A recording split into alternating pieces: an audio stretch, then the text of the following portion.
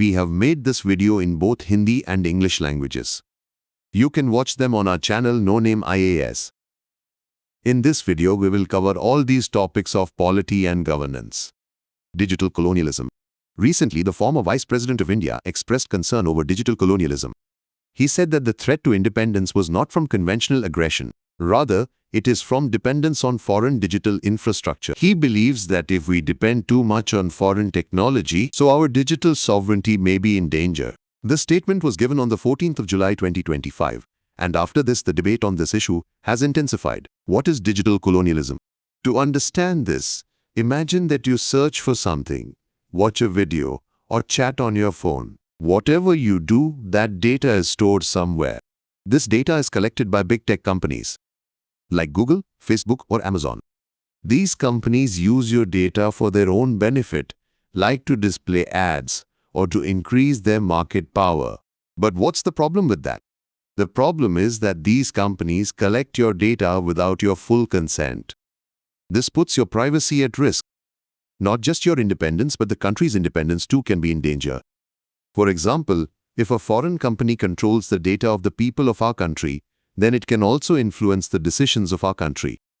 It is exactly the same like in the old times countries used to lose their independence due to colonialism. Key pillars of digital colonialism. First pillar, economic dominance. Big corporations take over the resources of foreign countries because they create technological dependency.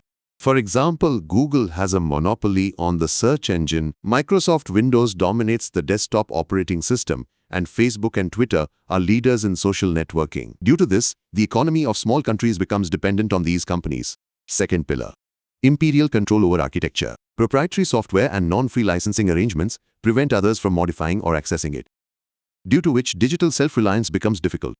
For example, Apple and Google's App Store policies make unilateral decisions about which apps and features are allowed, limiting other countries' control. The third pillar, global surveillance capitalism. Advanced data science and machine learning allow companies to track user behavior and make business decisions. For example, Facebook allowed large amounts of data to be passed on to third parties such as Cambridge Analytica, which influenced elections such as the 2016 US election. Fourth pillar, technological dominance. A few big tech companies determine how technology will grow and what its economic impact will be. For example, Amazon, Microsoft, and Google Cloud control most of the world's cloud services. This gives them unique power over data storage, processing, and analytics. The fifth column, cultural imperialism. The uniformity and superiority of the technology of some companies prevails over the values, language, and culture of others. For example, content curation and algorithmic bias on social platforms prioritize content that aligns with the dominant culture. Sixth pillar, the promise of generosity. Digital technologies are said to be obviously good. Connectivity is linked to progress and human rights. For example, Facebook's Free Basics is offered as a charity in Africa, but it received criticism that it was a means to increase market share and obtain user data. Key problems of digital colonialism. The first problem is North-South inequality. Most of the big tech companies are in developed countries, and they make money from data. Due to this, the digital gap between rich and poor countries is increasing. The second problem is national security. If we don't have our own digital technology, so vital sectors such as banking or security become vulnerable to foreign intervention. The third problem is privacy and digital rights. Dependence on foreign platforms puts your privacy at risk. Also, governments can also monitor through these. The fourth problem is the threat to local businesses. Big platforms like Google, Amazon dominate online advertising, transportation, retail, and news. This makes it difficult for local companies to survive. The fifth problem is financial loss. Big tech companies shift profits to low-tax countries where they do not have any big business. Due to this, countries like India suffer tax losses. The sixth problem is the difficulty in regulation. The boundaries of cyberspace are not bounded by country boundaries. Therefore, the existing laws are unable to control these big companies. Network effects. Once the platform reaches significant numbers, so rapid growth traps users, which stifles local competition. What steps are different countries taking to combat digital colonialism? First of all, what did India do? The first step is the Digital Personal Data Protection Act 2023. This law is designed to protect and process your data. This also applies to foreign companies supplying goods or services in India. The second is the Competition Act 2002, which prevents unfair trade practices, protects consumers, and promotes free trade. India has strongly advocated for data localization and digital sovereignty in global forums such as G20, Brics, and WTO. For example, India's G20 presidency created a task force on enhancing digital public infrastructure. Other efforts include ONDC, which is an alternative to e-commerce monopoly, and India Stack, which is India's own digital infrastructure. Now let us talk about other countries. The EU has created the Data Act, Data Governance Act, AI Act, and General Data Protection Rules, so that citizens' data rights are protected and digital autonomy is increased. China launched the Digital Silk Road, which is part of the Belt and Road Initiative. It aims to build relationships with emerging markets in telecommunications, AI, cloud computing, and surveillance technologies. Russia enacted a sovereign internet law in 2019, which established centralized government control over the internet. Now, what is the way for the future? First, digital sovereignty. Countries must take full control of their digital resources, such as data, infrastructure, and supply chains. Second, data localization. Data must be stored, transferred, and processed within national borders and legal boundaries. Third, a comprehensive governance framework. There must be strong rules for data creation, security, sharing, and structure. Fourth, managing cross-border data flows. Countries must strike a balance between development, public interest, and global technological integration. Fifth, improve the data life cycle. Better management of data is necessary from its creation to destruction or reuse. The ultimate inclusive digital future. Bridging the digital divide, increasing inclusiveness, and maintaining ethical standards are vital for all humanity.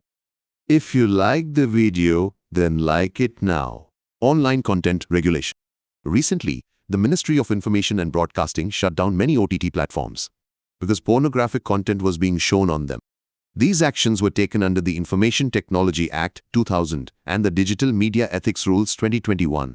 The Supreme Court held in 1965 in the case of Ranjit D. Udeshi vs. State of Maharashtra that obscenity is a reasonable restriction on freedom of expression. Now, why is online content regulation necessary? First, its impact on society. More than 95 crore people use internet in India. Uncontrolled content can affect every section of the society. Second, stop the violence. A 2010 study found that 90% of pornographic videos depicted physical violence. Third, protection of vulnerable sections. Watching pornographic content at a young age gives children the wrong understanding of healthy relationships and sexuality. Such content often objectifies women, which promotes gender inequality and violence. Hate speech online exacerbates social divisions and endangers minorities. Fourth, moral responsibility. Uncontrolled pornography harms social values and institutions like family. For example, the case of Bully Buy app in 2021, where photos of women were auctioned online. According to J.S. Mill's harm principle, a freedom can be limited if it harms others. Kant's ethics state that human beings should not be used as means. According to the Indian Policy Foundation, people with low income and low digital literacy are more vulnerable to pornographic content. What are the laws in India to regulate pornographic content? The first is the Information Technology Act 2000. Section 67 and 67A.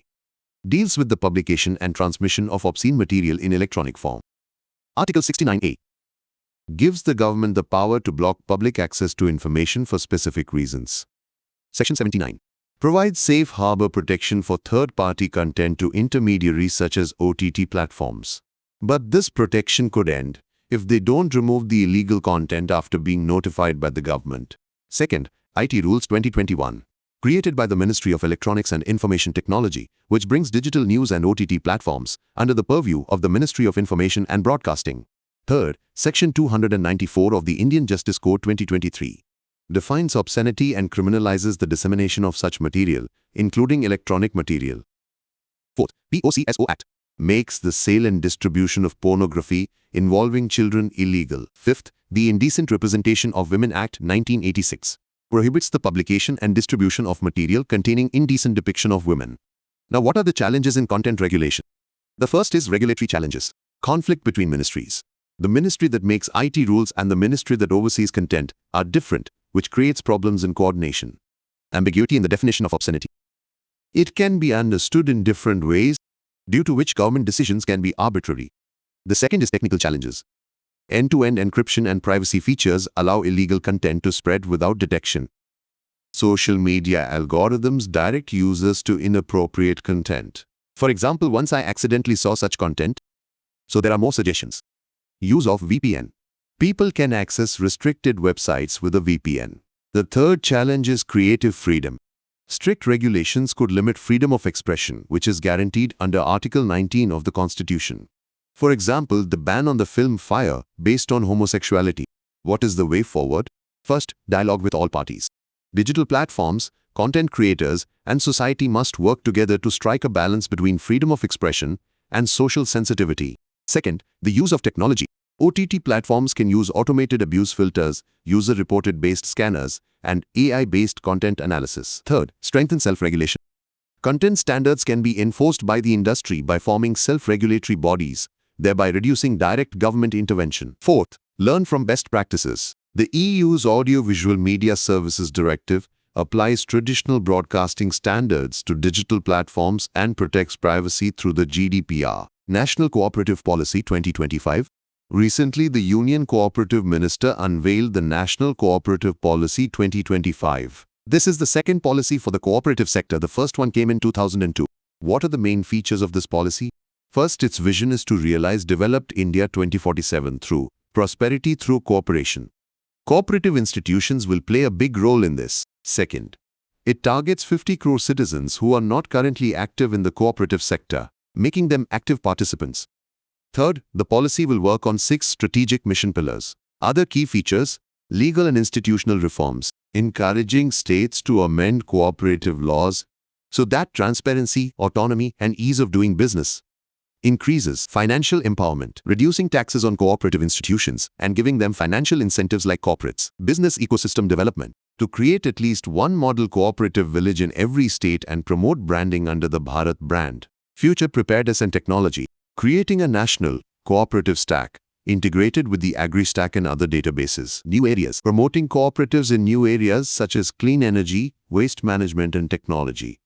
Inclusivity, increasing the participation of women, youth, and scheduled caste, tribe people. Other goals: to triple the contribution of the cooperative sector to GDP by 2034 and increase the number of cooperative institutions by 30%. To implement this policy, an implementation cell has been created under the Ministry of Cooperation. It will be monitored by the National Steering Committee on Cooperation Policy, whose chairman will be the Union Cooperative Minister. Beginning and definition of cooperative societies. Cooperative societies in India began with the Cooperative Credit Societies Act of 1904. A cooperative society is an autonomous organization in which people voluntarily work together in a joint and democratic way to achieve their economic, social, and cultural goals. Current status: there are more than 8 lakh cooperative societies in India. These include 2 lakh credit cooperative societies and 6 lakh non-credit societies. More than 30 crore people are associated with them. Top 3 regions: housing, dairy, and primary agricultural credit societies. Constitutional status: 97th Amendment 2011 gave constitutional status to cooperative societies. Article 19 included cooperative societies as a fundamental right. Article 43B was inserted, which promotes cooperative societies. Articles 243ZH to 243ZT were inserted in Part IXB, which deal with cooperative governance. Governance structure: multi-state cooperative societies. They fall under the Union list of the Constitution and are regulated under the Multi-State Cooperative Societies Act 2002. State cooperative societies fall in the state list and are regulated by the respective State Cooperative Societies Acts. Importance of cooperatives: strengthening the rural economy. These promote financial inclusion. For example, 1/3 of India's rural population is associated with cooperatives, increasing the income of farmers. By pooling resources and increasing bargaining power, like the Amul model of Gujarat. Social impact: empowering women. For example, Seva Sahakari Bank provides employment to women and gender equality through microfinance. Sustainable development: Kerala's Uralangal Labour Contract Cooperative Society implements green practices in infrastructure. Strengthening community relationships. Cooperatives enhance a sense of community and build social capital. Establishing values. Equality: the one person, one vote principle ensures equality.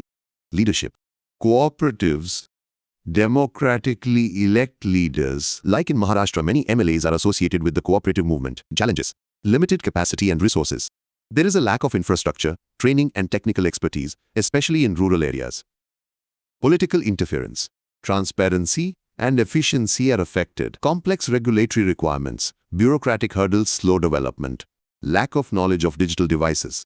Only 45% of cooperative members are familiar with digital tools. Regional imbalances. Top 5 states Maharashtra, Gujarat, Telangana, Madhya Pradesh, Karnataka have 57% of the cooperatives. Other challenges: lack of skilled workforce, lack of cooperation among cooperative societies, and limited membership. About finance. Recently, the Standing Committee on Rural Development and Panchayati Raj presented a report on devolution of funds under the Panchayati Raj system. Highlights of the report: 3 decades have passed since the 73rd Constitutional Amendment, but PRIs have still not received full devolution in 3 key areas: functions, funds, and functionalities. The report focuses on the financial problems faced by PRIs. The committee expressed concern that there has been a steady decline in allocation of funds to PRIs in the recent union budgets, which is limiting their ability to meet local development needs. This shortcoming is also affecting the credibility of PRIs because they claim to be self-governing institutions. Financial issues of PRIs. The first issue is the reduction in budget allocation. Funds allocated to PRIs have been declining in recent union budgets. This is weakening financial decentralization, i.e., control of money at the local level. Due to less funding, panchayats are not able to properly carry out the work necessary for rural development, such as schools, roads, or water facilities. The second issue is the imbalance between tied and non-tied grants. The 15th Finance Commission divided the grants given to PRIs into 2 components: 40% non-tied, which panchayats can use as per their needs, and 60% tied, which is only for specific works such as sanitation. The problem is that if the work tied to the grant has already been completed, the money goes to waste. Due to this, the money cannot be fully utilized. The third issue is the delay in panchayat elections. Due to legal or administrative reasons, panchayat elections are not held on time in many states. For example, elections in Telangana were delayed due to the implementation of OBC reservation. When there are no elections, there are no elected representatives, and without representatives it becomes difficult to use the money properly. Problems of District Planning Committee. DPC is constituted by the states to integrate the plans of panchayats and municipalities at the district level. But sometimes DPC doesn't work properly, due to which the plans remain scattered and the money cannot be utilized completely. Irregular constitution of state finance commissions. According to the constitution, states must regularly form SFCs. But only 9 states have constituted the 6th SFC. This delays the transfer of funds to PRIs, due to which their work gets interrupted. Lack of uploading the Gram Panchayat Development Plan on the eGram Swaraj portal. Many panchayats do not upload their development plans on the eGram Swaraj portal. This affects the distribution of grants of the 15th Finance Commission, because these schemes are a condition for releasing the funds. Reduction in own income. According to the Reserve Bank of India, only 1.1% of the total income of panchayats comes from their own income. This reduces their financial autonomy, and they depend on the central and state governments. Importance of finance for PRIs. Rural development. PRIs implement the central and state schemes at the grassroots level. They identify real beneficiaries and tailor schemes to local needs. Agricultural development. PRIs promote cooperative agricultural development. For example, AMUL started from the panchayat level. They also support sustainable practices such as social forestry. Sustainable development goals. PRIs help achieve these goals by implementing the 2030 SDGs at the local level. Health. PRIs build and run health centers, clinics and dispensaries. They also provide training to local health workers. According to the RBI, in the states where panchayats score well in health, nutrition and sanitation, their rural infant mortality rate is low. Education. PRIs build and maintain schools, increase enrollment, reduce dropout rates, and monitor the quality of education. Empowerment of women. 1/3 of the seats in PRIs are reserved for women, due to which their participation in governance increases.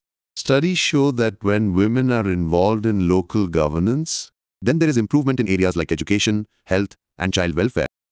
Special attention is given to the needs of women. Initiatives for finance reform of PRIs. Audit, online application. Ministry of Panchayati Raj launched this application for online checking of accounts of panchayats. This increases transparency and misuse of funds can be prevented. To increase own income, ownership plan. The data from this scheme is used for property tax determination, due to which the income of panchayats increases. These funds are shared with the PRIs so that their financial position becomes strong. Ranking system for PRIs. A ranking system has been implemented to determine eligibility for grants based on performance. This encourages panchayats doing good work. E-Gram Swaraj portal. All the Gram Panchayat development plans are uploaded on this portal. This increases transparency and accountability and ensures proper utilization of funds. Recommendations made in the report. Flexibility in reallocation. Tied grants should be allowed to be used for other important purposes. Non-tied grants should be given timely and in adequate amounts, based on criteria such as backwardness area etc. Continuity when elections are delayed. Panchayat elections should be held on time. If there is a delay, a clear mechanism must be put in place, such as appointing a designated representative whose responsibilities are clear. Regular constitution of state finance commissions. Timely constitution of SFCs and submission of their reports should be ensured by involving states at the highest level. For this, uniform and simple formats should be created. Timely uploading of GPDP. Panchayat members should be trained to prepare and upload GPDP. Also, these should be linked with block and district plans. Enough transfer. Every state should prepare a time-bound roadmap for devolving powers to PRIs. For example, administrative control of local staff such as health workers should be given to panchayats. The Ministry of Panchayati Raj should prepare a status of decentralization report to measure the progress of the 3 Fs in each state. Strengthening the OSR. Financial and technical assistance should be provided to increase income. Interstate water dispute. Recently, the Ravi and Bees Water Tribunal, formed in 1986, got an extension of 1 more year to settle the water sharing issue between Punjab, Haryana and Rajasthan. What else is in the news? The central government will form a high-level technical committee to consider the Polavaram-Banakchela link project and other pending water disputes between Telangana and Andhra Pradesh. Apart from this, Odisha and Chhattisgarh have expressed their willingness to resolve the Mahanadi water dispute amicably. Interstate water disputes in India date back to the British colonial period, such as the Cowrie water dispute between the British-controlled Madras Presidency and the princely state of Mysore. What is interstate water dispute? When 2 or more states do not agree on the use, sharing or control of a river or water resource, so it is called interstate water dispute. These disputes are common in India because of the unequal distribution of water, with 18% of the population having access to only 4% of renewable water resources. Due to interstate water dispute, unequal access to river water resources. Geographical reasons. When rivers flow from one state to another, so the upstream states get more control of water. For example, Punjab has an advantage over Haryana on the Ravi-Bees rivers. State reorganization. After independence, the boundaries of states were reorganized, but boundaries based on river basins received less attention. This increased the controversy. Increasing demand. Rapidly increasing population, expansion of agriculture, urbanization and economic development have greatly increased the demand for water. For example, the need for water for agriculture increased in Haryana and Punjab, which deepened the Ravi-Bees water dispute. Development projects. When a state builds large water projects, such as dams, so other states may face water shortage. Example: Sardar Sarovar Dam on Narmada River and the Cowrie River Basin dispute. Fragmented water governance system. There is no clear framework for governing interstate water disputes. States, differing approaches and limited water management strategies add to the controversy. There is a lack of integrated management of the river basin. Lack of proper data. There is no uniformity in data collection related to river water flow, quantity, etc. This makes it difficult to reach a consensus on water sharing between states. Legal and Constitutional Framework Article 262. It makes provisions for the resolution of interstate water disputes. Article 2621. Parliament can make laws to provide for resolution of interstate water disputes. Article 262(2). Parliament can also decide that the Supreme Court or any other court should not interfere in these disputes. Laws made by the Parliament. The River Boards Act, 1956, empowers the central government to constitute river boards for the regulation of interstate rivers and river valleys in consultation with the states. Interstate River Water Disputes Act, 1956. If a state requests, the central government can constitute a tribunal to resolve the dispute. 7th Schedule. Entry 56 of the Central List. Regulation and Development of Interstate Rivers. Entry 17 of the State List. Water such as water supply, irrigation, canals, drainage, embankments, water storage and water power, but subject to Entry 56 of the Union List. Challenges, delays in dispute resolution. Delay in formation of tribunal. For example, the Cauvery Tribunal was formed in 1990 after decades of waiting. Delay in decision of the tribunal, e.g., Narmada 9 years, Krishna 4 years, Godavari 10 years. Delay in notification and implementation of the decision. Delay in publication of the tribunal's order in the official gazette, e.g., Krishna 3 years, Godavari 1 year, which creates uncertainty in implementation. According to the 1956 Act, the decision of the tribunal published in the Gazette is as valid as the order of the Supreme Court. Politicization. Water disputes are often resolved on political rather than scientific grounds, due to which environmental, social and cultural aspects are ignored. Lack of involvement of stakeholders. The traditional approach ignores the concerns of state governments, local communities, indigenous peoples and other stakeholders. Intervention of the Supreme Court. States approach the Supreme Court against decisions of tribunals, due to which the decisions of the tribunal become ineffective. The Supreme Court cannot decide the substantive dispute, but can interpret the tribunal's decision and refer the parties back to the tribunal if necessary. Example, the Cauvery Water Disputes Tribunal gave its verdict in 2007, but the states filed a special leave petition in the Supreme Court. In 2018, the Supreme Court gave its final decision with some changes in the water distribution. Other means of dispute resolution. The Interstate River Water Disputes Bill, 2019. An attempt to find an amicable solution by forming a dispute resolution committee. Establishment of a single interstate river water disputes tribunal, which will have multiple benches. Strict time frame for decision. Data bank at central level for each river basin. The River Basin Management Bill, 2018. Objective: participation, cooperation, equitable and sustainable water use and integrated river basin management. Preparation of River Basin Master Plan. Establishment of River Basin Authority. National River Linking Project. An attempt to reduce disputes by transferring water from water-abundant areas to water-scarce areas. The way forward. Cooperative federalism. The central government should play the role of mediator and facilitator. A platform for discussion and dialogue on ISWD should be created under Niti Aayog. Policy interventions. Bringing ISWD under the Interstate Council. To make the tribunal more effective by amending the Act of 1956, Amendment Bill and River Basin Management Bill. To speed up dispute resolution and reduce tribunal delays by consulting on these proposed laws. Data banks and information systems. Creation of national-level data bank for river basins. Collecting river basin data, flow management, and water end-use information using AI. Stakeholder engagement. Increasing community participation in the management and planning of water resources. Cost of politics in India. Now let's talk about the cost of politics in India. To understand this, we will take the help of a study done by Observer Research Foundation and Westminster Foundation for Democracy. This study shows how expensive contesting elections and doing politics has become in India. Election expenses have increased a lot. If a big leader contests the Lok Sabha elections, so he might have to spend 5 to 10 crore rupees.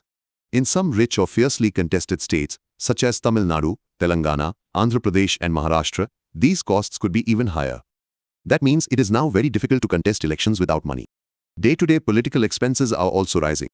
Leaders have to attend weddings, festivals or community events in their area. You have to help people, such as assistance with school fees or medical expenses.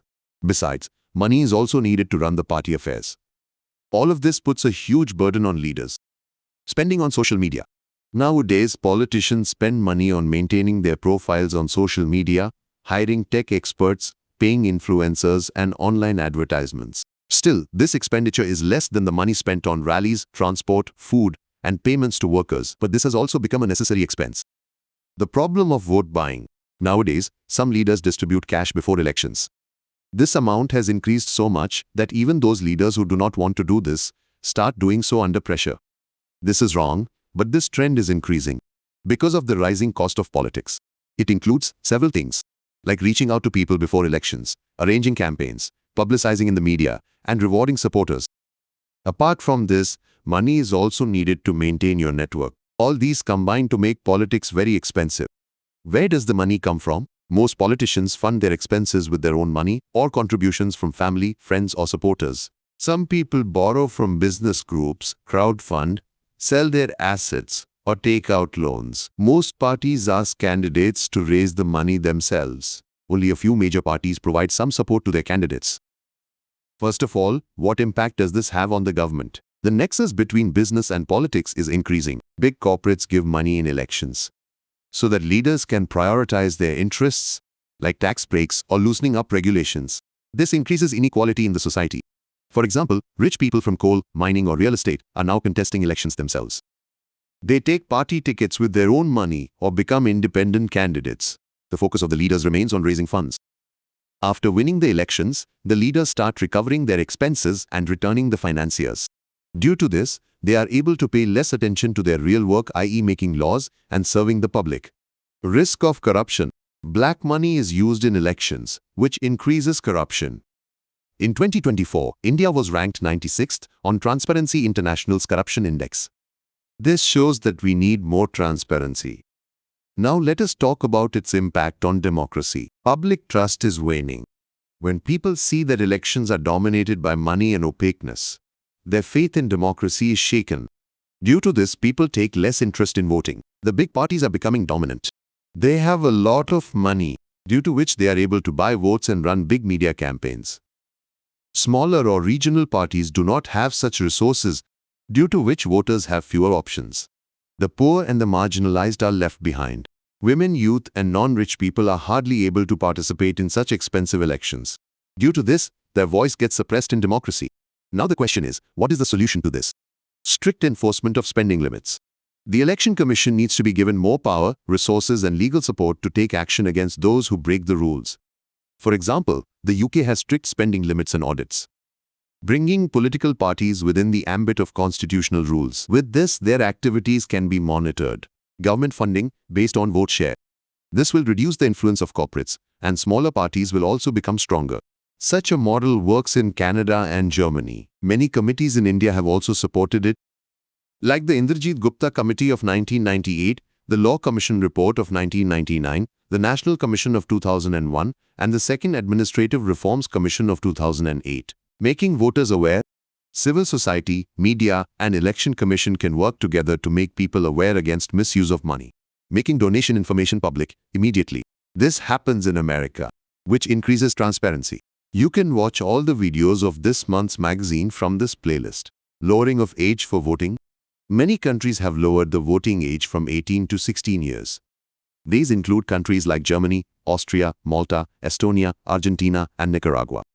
Recently, the United Kingdom also announced that they plan to lower the voting age from 18 to 16.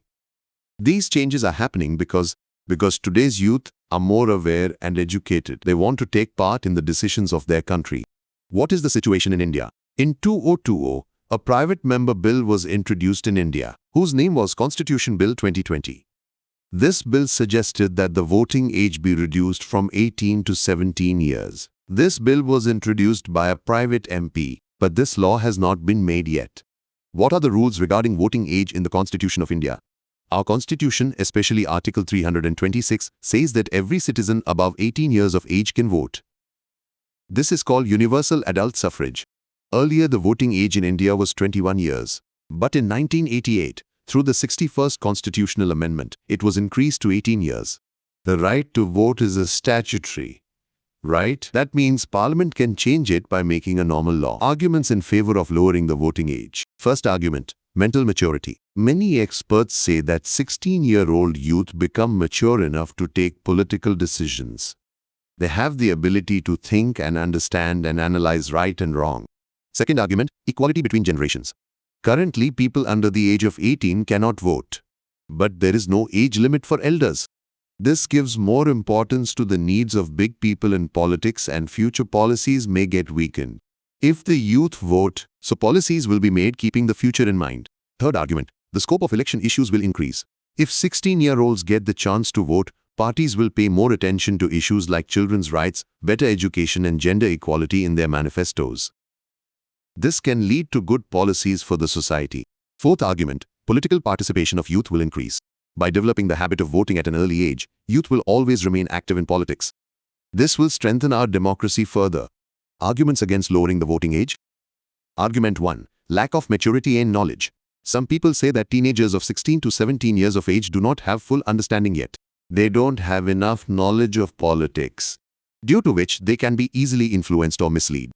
Second argument, low voter turnout. Only 40% of youth aged 18 to 19 years have registered to vote in the 2024 Lok Sabha elections. This seems to indicate that people at such a young age may not be interested in voting. Third argument, inconsistency with other legal age limits.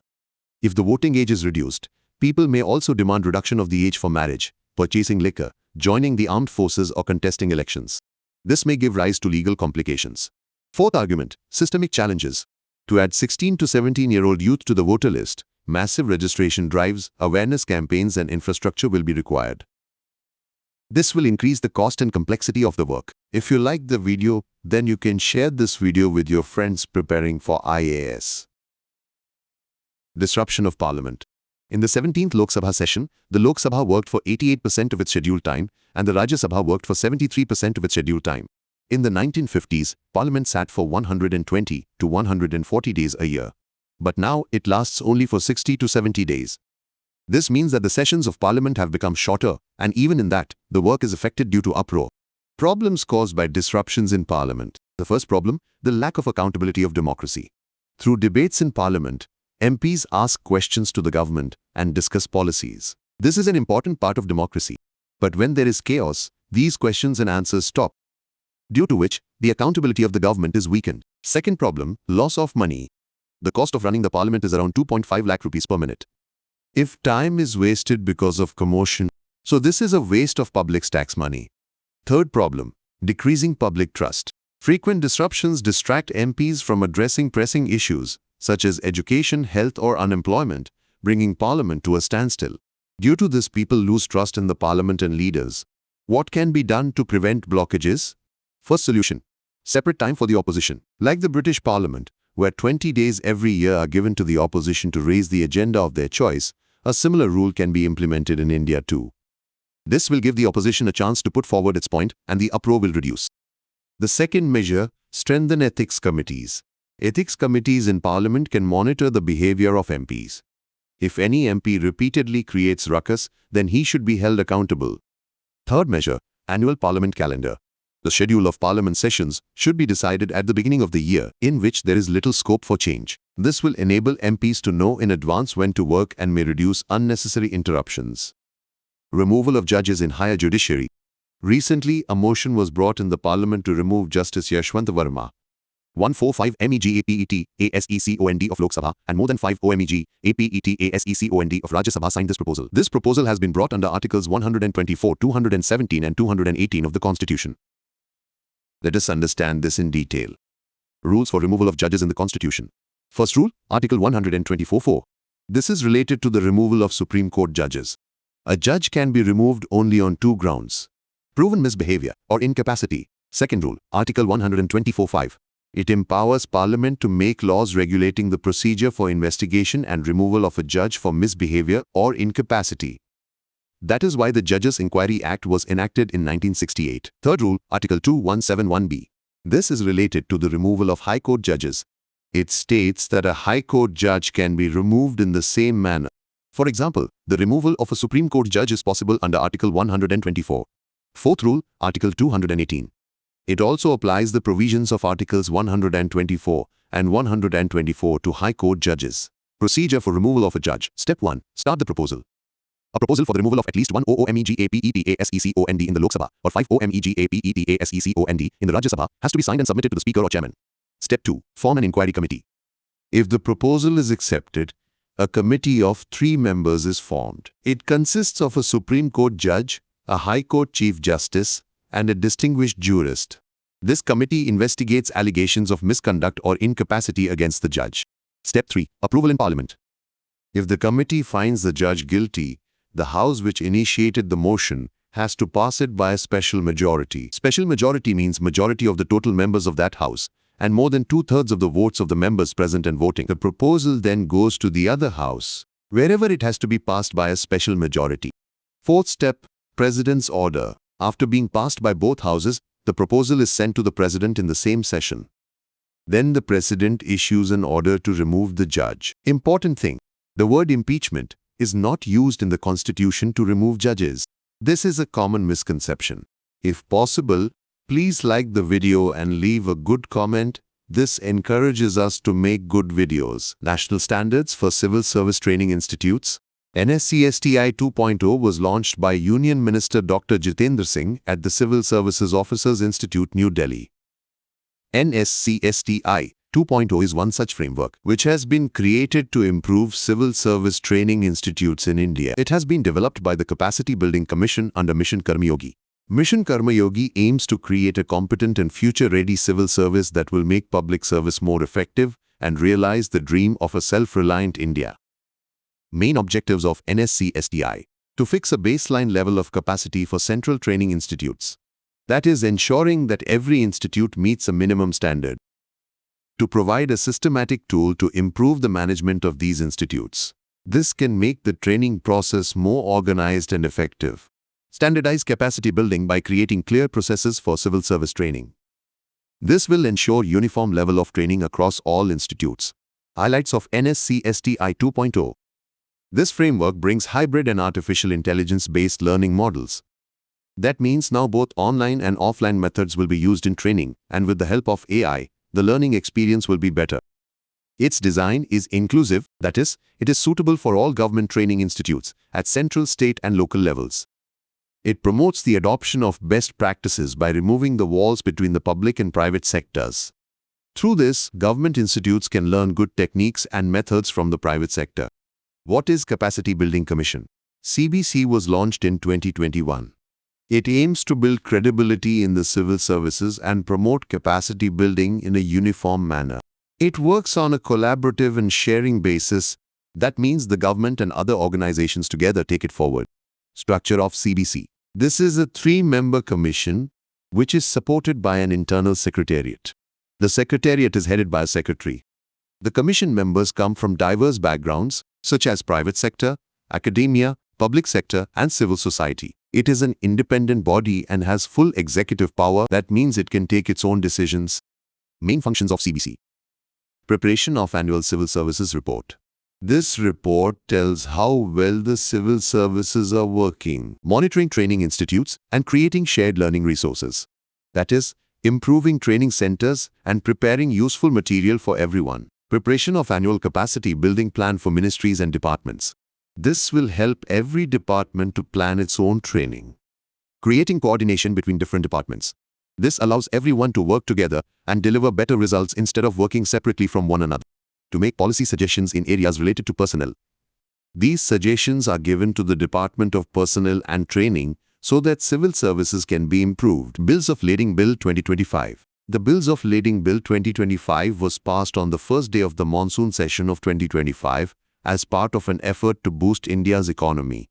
This bill has been brought to update and simplify the legal framework for shipping documents in India. It was passed by the Rajya Sabha on the 21st of July 2025, whereas the Lok Sabha had approved it in March 2025. Highlights of this bill. This will replace the old Indian Bills of Lading Act 1856. That law had become very old and did not work in today's times. What is a bill of lading? This is a document that the freight carrier gives to the shipper. It contains information such as type of goods, quantity, condition, and destination. These documents ensure the safety and transparency of goods during shipping. What is the purpose? The bill aims to simplify the shipping process and promote trade. This will further strengthen India's shipping sector, which is already growing rapidly. In this video, we will cover all these topics of international relations. India-United Kingdom Comprehensive Economic and Trade Agreement. India and Britain have signed the Comprehensive Economic and Trade Agreement, which is called CETA in short. This gives a new and strong dimension to the partnership between the two countries. Now, let us know some more special things related to this agreement. India and Britain have also adopted a plan called Vision 2035.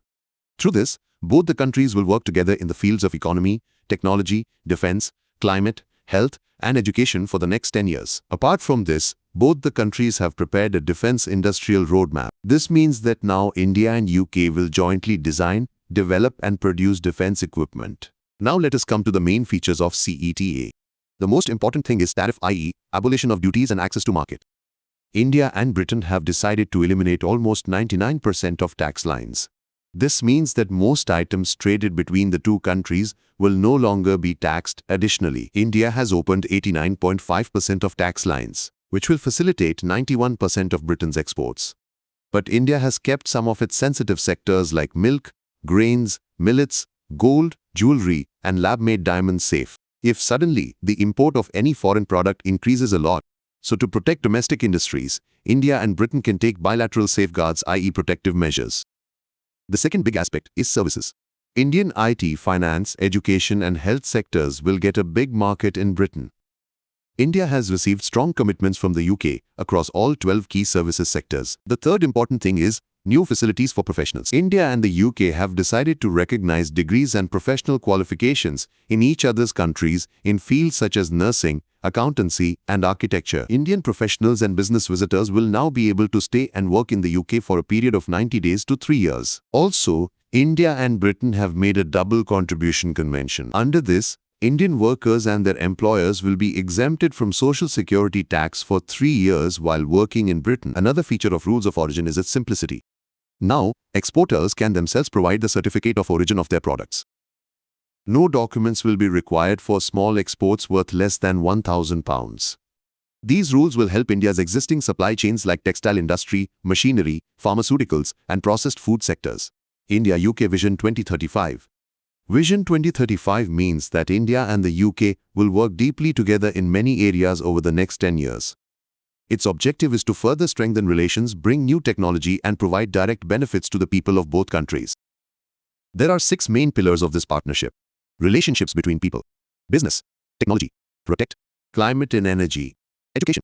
Now let us understand these one by one. Connection between people. Its objective is that not just governments but also common people should connect at the level of education, culture, and professional level and deepen the relationships. Trade and development. Substantially increasing the trade volume between the two countries. Bilateral investment treaty means making a bilateral investment agreement. Connecting and strengthening capital markets. Promoting green investment and innovation hubs to encourage startups and entrepreneurship. Technological innovation. Partnership in artificial intelligence and machine learning. Work on next-generation telecom technologies like 5G and 6G. Cooperation in minerals and semiconductors. Quantum computing and biotechnology research. Health technology and space exploration. Defense and security. Implementing the 10-year Defense Industrial Roadmap. Jointly developing new defense technologies. Strengthening maritime security in the Indo-Pacific region. Deepening counter-terrorism cooperation. Develop a joint cybersecurity strategy. Cooperation in military exercises and training. Climate and energy. Mobilizing climate finance. Increasing offshore wind energy projects. Accelerating green hydrogen development. Promoting nuclear energy cooperation.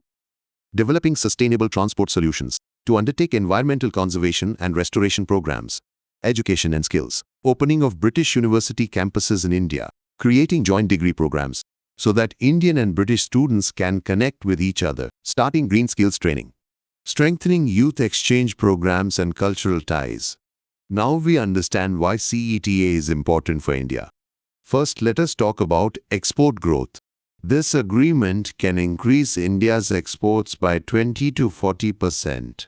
Especially sectors like textile, jewelry, and machinery will get huge benefits. The second aspect is geographical indication, i.e. GI protection. India's special products like Feni, Toddy, and Nashik wine will get legal protection.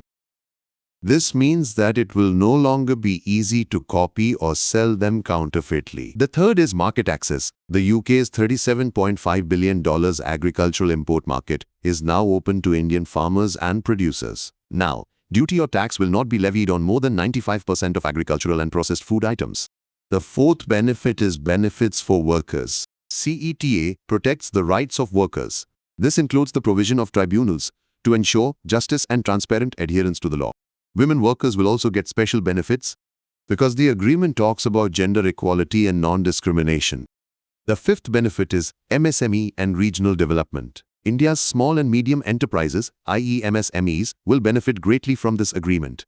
Areas like Tirupur, the textile hub, Kolkata, the center of leather industry, and Surat Bharuch in the chemical sector will grow rapidly. Now we will talk about the importance of relations between India and Britain. This is important to understand because the CETA agreement is based on these strong relationships. First is economic cooperation. The total trade between India and the UK is around 56 billion United States dollars. The target is to double it by 2030.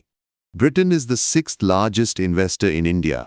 in terms of investment, which has invested around $35 billion by 2024. The second is geopolitical cooperation. India and the UK cooperate with each other on international forums such as the United Nations, G20, Commonwealth, and Indo-Pacific. Most importantly, the UK supports a permanent seat for India in the UN Security Council. The third is defense cooperation. Both countries conduct military exercises regularly, like Konkan of Navy, Cobra Warrior of Air Force, and Ajay Warrior of Army. The fourth aspect is the Indian diaspora community. 18.64 lakh people of Indian origin live in Britain. This not only enhances cultural ties, but also acts as a bridge between the two countries. The fifth is cooperation in education. Many British universities are planning to open their campuses in India. The University of Southampton's campus in Gurugram is the first example under the new education policy. At present, around 170,000 Indian students are studying in Britain. Sixth is health cooperation. Remember the COVID-19 vaccine. The vaccine was jointly developed by British company AstraZeneca and India's Serum Institute. Also, both the countries have signed an agreement under which there will be cooperation in the training and recruitment of nurses and health professionals. Now let's see where the challenges lie in these relationships. The first challenge is differences in foreign policy. For example, India and Britain have had different opinions on the Russia-Ukraine conflict. The second challenge is Britain's domestic politics. Discussions in British politics on Kashmir and India's internal affairs sometimes create tensions. The third concern is the Khalistan movement. India objects to separatist elements active in Britain because it is considered a threat to the sovereignty of India. The fourth big problem is extradition. Although there is a treaty between India and Britain, yet people like Vijay Mallya remain in the UK because of legal delays, due to which mutual trust gets shaken. Finally, let us understand where all this leads us. India and Britain have set out to further deepen their relations under Vision 2035. CETA is a strong pillar of this partnership, which will enhance cooperation in areas such as trade, technology, defense, climate, and education. Today, India is the fastest growing economy in the world, and Britain is a member of important forums like P5, G7, and Five Eyes. If both countries work together to advance their common interests and find solutions to challenges, this partnership can reach new heights in the future. India-Maldives Relations. Recently, the Prime Minister of India visited Maldives. This visit was special because it marked the completion of 60 years of diplomatic relations between India and Maldives. Now let us know the main achievements of this journey. India has extended line of credit facility of ₹850 crore to Maldives. Along with this, India has also reduced the annual burden of repaying the loan for the government of Maldives. India and Maldives have started negotiations on India-Maldives Free Trade Agreement. For this, both the countries have agreed on the terms. An agreement has been signed between NPCI International Payment Limited of India and the Monetary Authority of Maldives. Under this, UPI facility will now start in Maldives also. This means that Indian tourists and businessmen will be able to make digital payments directly. Several agreements have been signed in areas such as fisheries and aquaculture, digital solutions, and recognition of Indian pharmacopoeia. Areas of cooperation. Firstly, India and Maldives have very old historical ties. There have been ethnic, linguistic, cultural, religious, and trade ties between the two countries. India recognized the Maldives soon after its independence in 1965 and established diplomatic relations. Strategic location and proximity. Maldives is located at an important place in the Indian Ocean. It is called the Toll Gate because it lies between the Western Indian Ocean and the Eastern Indian Ocean. Maldives' proximity to India's western coastline makes it strategically important to India. India as a security provider. India is considered as the net security provider of Maldives. This is part of India's Neighborhood First policy and Mahasagar vision. Defense cooperation.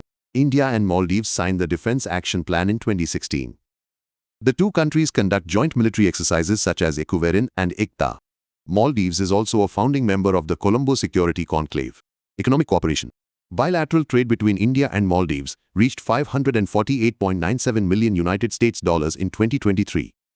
India will become Maldives' largest trading partner in 2023. Humanitarian assistance and crisis management. India has always been the first responder for Maldives.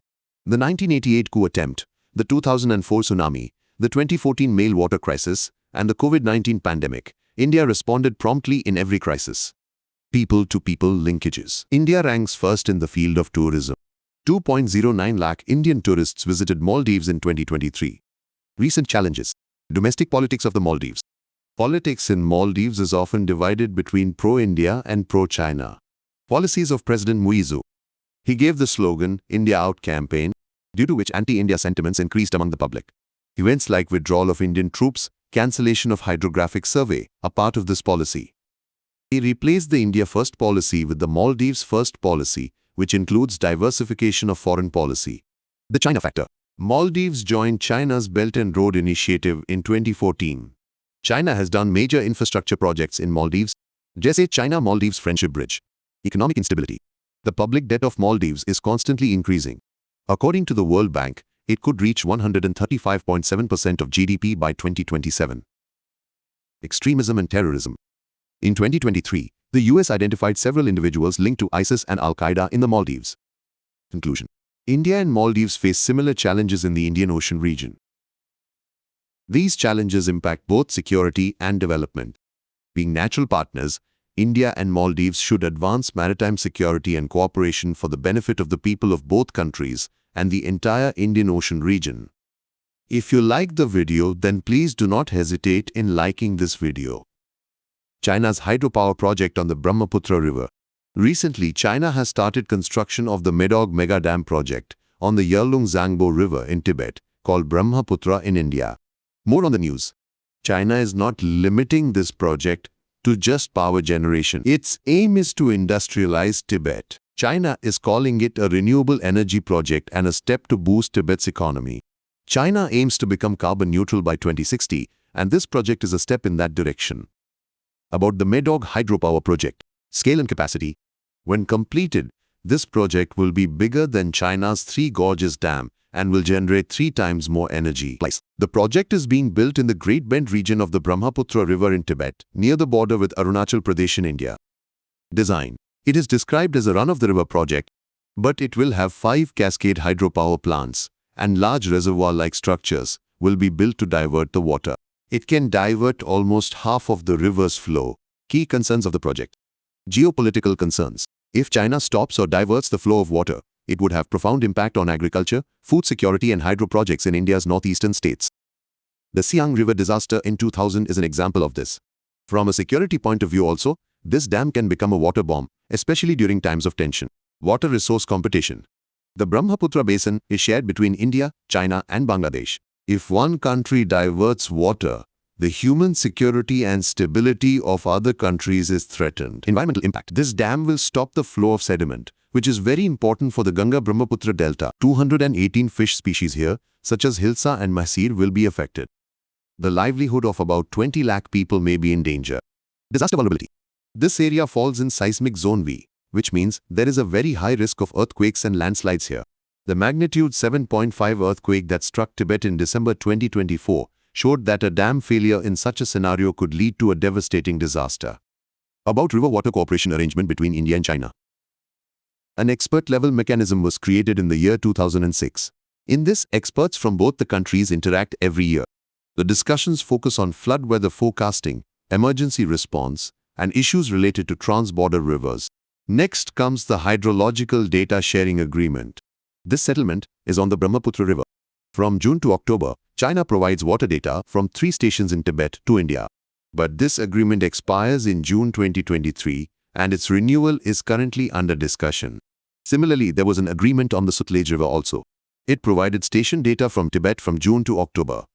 But it expired in 2020 and has not been renewed yet. An umbrella MOU was signed in 2013.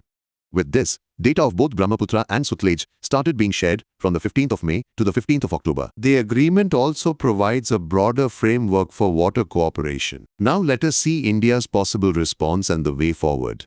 India has planned the Siang Upper Multipurpose Project on a strategic level. This project in Arunachal Pradesh is considered to be a response to China's upstream hydropower projects. Niti Aayog had proposed it in 2017. India also wants transparency. This means that China fully shares its technical details, environmental studies, and seismic safety plans. Until it happens. Till then, there can be a demand to stop the projects. India is not alone. He can form a regional coalition by bringing together other lower countries of the region. This will put pressure on China to enter into legally binding water agreements. This would be in line with the 1997 UN Water Conference. India also wants the same cooperation mechanism to be established with China, as China has done on rivers it shares with Kazakhstan. This is called transboundary cooperation. This will protect India's rights. Another idea is to create a South Asia water NATO-like structure. All the countries connected to Brahmaputra, Indus and Ganga should be included in it. Its objective will be data transparency, dispute resolution, and disaster preparedness. For this, lessons can be learned from institutions like the Nile Basin Initiative and the Mekong River Commission. In conclusion, it is important to say that China's Yarlung Tsangpo project alerts us. If there is no cooperation and transparency, this can lead to environmental damage, economic loss, and regional instability. Therefore, in time, India and its neighboring countries will have to work together to create a strong and equitable framework for water governance. India-Africa relations. The Prime Minister's visit to Ghana and Namibia took place in July 2025. India and Ghana signed 4 agreements in Ghana, which included areas like culture, standardization, and health. At the same time, 2 agreements were signed in Namibia, which focused on health and entrepreneurship development. The Prime Minister said that Africa's goals are India's priority. This means that India wants to fully support Africa's development. This is a huge statement, which shows how much importance India gives to Africa. What happened in Ghana? The Prime Minister addressed a special session of the Parliament of Ghana. It was a very special occasion because he spoke directly to the people and leaders of Ghana there. The President of Ghana awarded him Ghana's highest honor, the Officer of the Order of the Star of Ghana. This honor symbolizes the importance Ghana attaches to its relations with India. Ghana-India Parliamentary Friendship Society. Another special thing happened in this trip. Ghana and India decided to form a Parliamentary Friendship Society. This means that the parliaments of both the countries will come closer. This will lead to better coordination on policies and plans between the 2 countries. Also, both countries decided to elevate their relations to a comprehensive partnership. This is a kind of promise of a deep friendship, in which cooperation will increase in every field.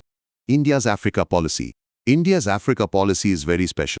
It is based on old relationships, but it keeps today's needs in mind. India maintains an equal relationship with Africa.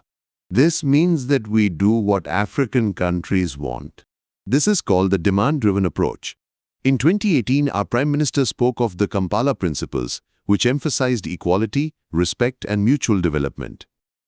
That is, India and Africa will help each other and progress together. Why is Africa strategically important for India? Strategic and geopolitical importance. Africa is India's natural friend, especially when it comes to the global south, i.e. developing countries.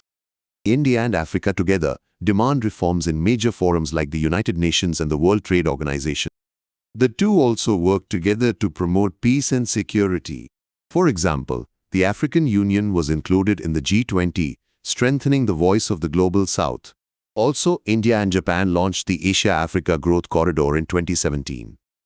It is a scheme that promotes sustainable development and connectivity in Africa. Defense cooperation. India and African countries are also coming closer in the field of defense. The Indian Navy conducts maritime exercises with African countries, such as Milan and Cutlass Express. Recently, India started a major maritime exercise, whose name is Africa-India Maritime Engagement, i.e. IKM. Apart from this, cooperation is also increasing through organizations like Indian Ocean Rim Association and Indian Ocean Commission. Economic importance. Africa is a young and rapidly urbanizing market. Minerals such as cobalt, manganese, and rare earths are abundant there, which are necessary for India's manufacturing and green energy. Africa has 48% of the world's cobalt and 47% of manganese. India is Africa's 3rd largest trading partner. We send mineral fuels, food and medicines to Africa, and from there we get crude oil, diamonds and copper. Access to the market. India was the first country to allow least developed countries to trade in its market without taxes through the duty-free tariff preference scheme. This makes it easier for African countries to sell their products in India. India's soft power. India is very popular in Africa due to its soft power. Scholarships from the Indian Technical and Economic Cooperation Program and the Indian Council for Cultural Relations help African students. Besides, through programs like E-Vidya Bharati and E-Arogya Bharati, tele-education and telemedicine facilities are reaching many African countries. Technical support. Digital connectivity is creating a new relationship between India and Africa. India has shared its India Stack technologies with African countries. For example, UPI and RuPay card were introduced in Mauritius. It makes digital transactions easier. Energy security. Africa has the potential for 10 terawatts of solar energy, 100 gigawatts of wind energy, and 15 gigawatts of geothermal energy. India created the International Solar Alliance, which promotes mini-grids and solar power projects in Africa. Programs such as the Global Solar Facility and the Starseed Initiative are examples of this. Challenges in India-Africa relations. Delay in projects.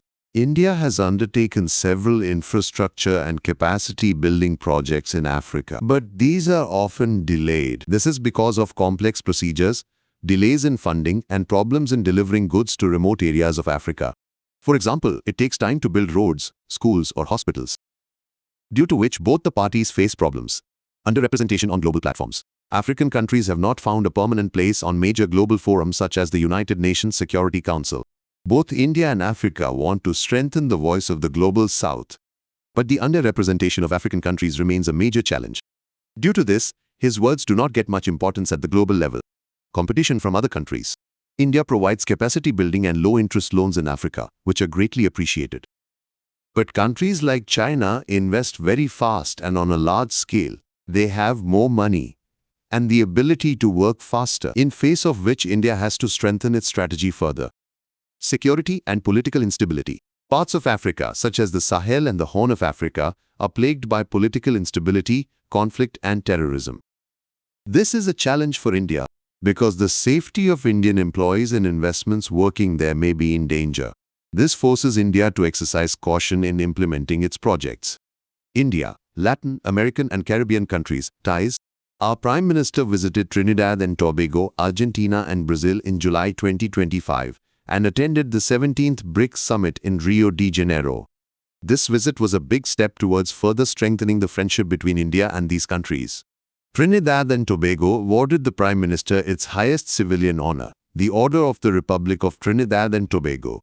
India announced to extend the facility of OCI card to sixth-generation people of Indian origin there. This will further strengthen his connection with his Indian roots. Importance of India's relations with Latin America and the Caribbean countries. Strategic importance. Defense cooperation. India and Brazil have enhanced defense cooperation.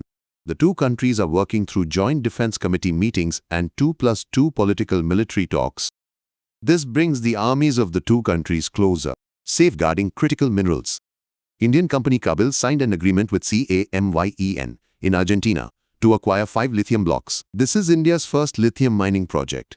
Argentina, Chile and Bolivia, known as the Lithium Triangle, hold more than 75% of the world's lithium reserves.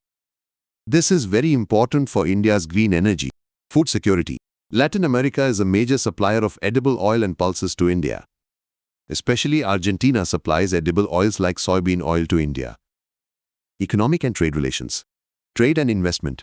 Total trade between India and LAC countries reached $35.73 billion United States dollars in 2023-24. In the last 15 years, Indian companies have invested $12 billion there, especially in sectors like IT, pharmaceuticals, energy, mining, and agrochemicals. India also has a preferential trade agreement with Mercosur. Energy security. India imports crude oil from Venezuela, Mexico, and Brazil, which is 30% of its total imports from this region. Climate change and renewable energy. India extends a $140 million line of credit to CARICOM for solar, renewable energy and climate change-related projects. CARICOM is an organization of Caribbean countries that promotes economic integration. Additionally, India is working with Brazil on biofuel research and production through the BioFuture platform. Cooperation in regional and multilateral forums. India, Argentina, and Brazil work together in groups such as the G20, BRICS, IBSA, and G4. What does Mercosur mean? The full name of Mercosur is Southern Common Market. It is a regional organization in Latin America, which was formed in 1991. Its objective is to promote the free movement of goods, services, capital, and people. Member countries: Argentina, Bolivia, Brazil, Paraguay, and Uruguay. Venezuela is currently suspended. Associate member: Chile, Colombia, Ecuador, Guyana, Panama, Peru, and Suriname. Headquarters: Montevideo, Uruguay. Importance of Mercosur for India. India has a preferential trade agreement with Mercosur, under which tariffs have been reduced on some products to ease trade.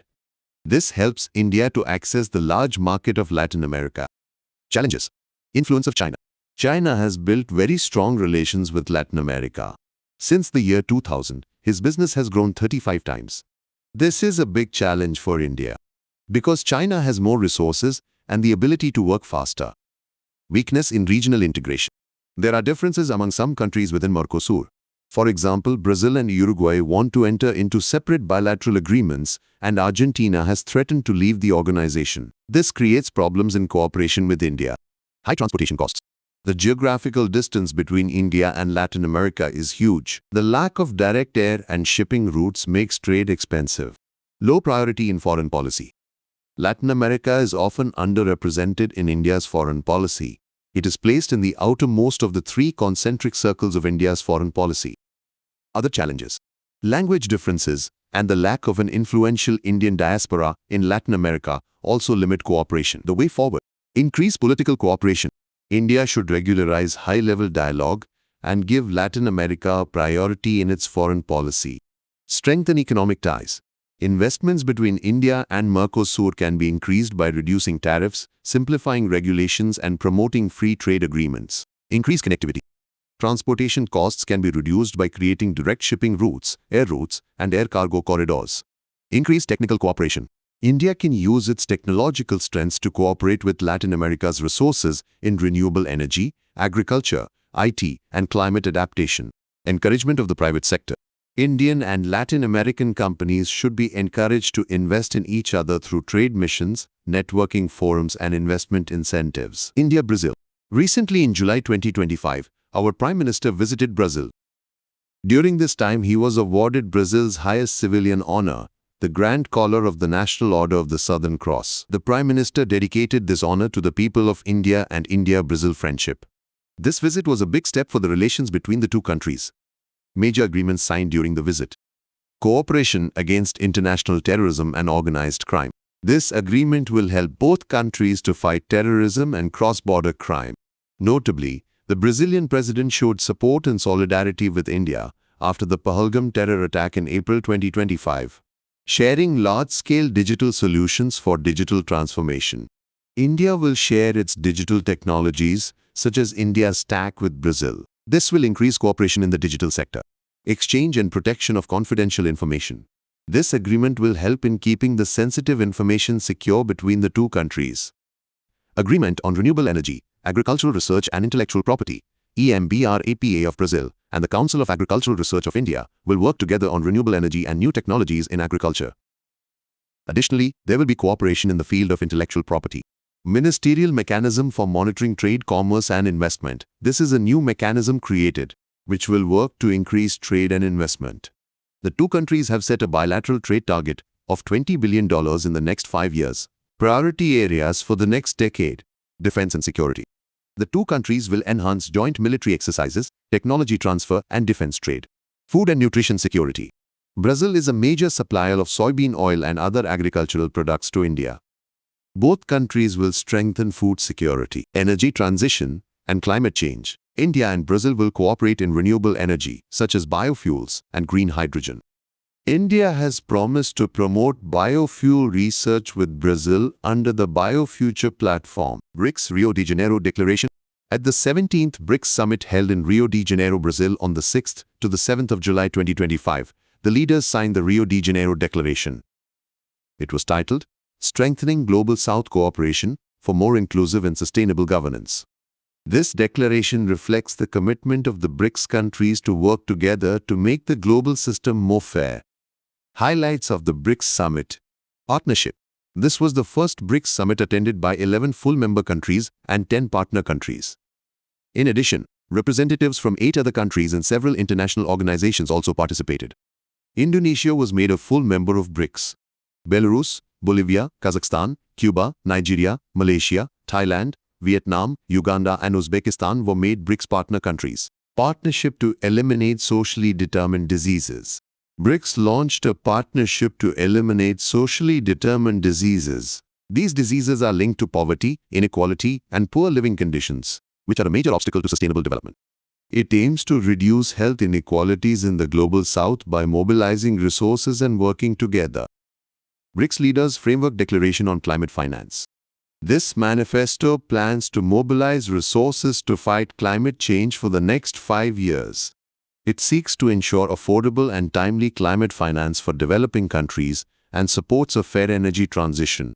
Brics supported the hosting of the COP30 climate conference in Brazil in 2025 and the proposed COP33 in India in 2028. Manifesto on the Global Governance of Artificial Intelligence. Brics set principles for the responsible development and use of AI. These include digital sovereignty, multilateral cooperation under the United Nations, fair competition, equitable data governance, and environmentally sustainable AI, the development of ethical and trustworthy AI. Brics Climate Finance Framework Declaration. The goal of climate finance. The declaration calls on developed countries to provide $300 billion in climate finance each year to developing countries by 2035. Also fulfill its old promise to raise $100 billion each year by 2025. This means that developing countries will get more resources to fight climate change, such as solar energy, wind energy, or flood prevention projects. Innovative financial instruments.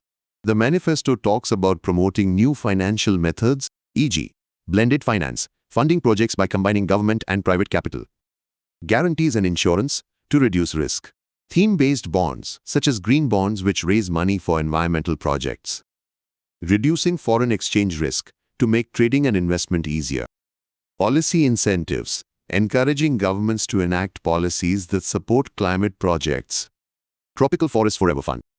This is a special fund which was launched at COP28. Its goal is to provide long-term financial support to conserve and enhance tropical forests. The fund aims to raise approximately $4 billion each year.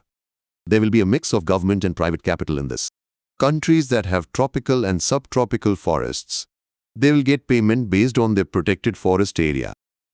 Brics countries like India and Brazil supported this fund because it will help in fighting climate change and saving biodiversity.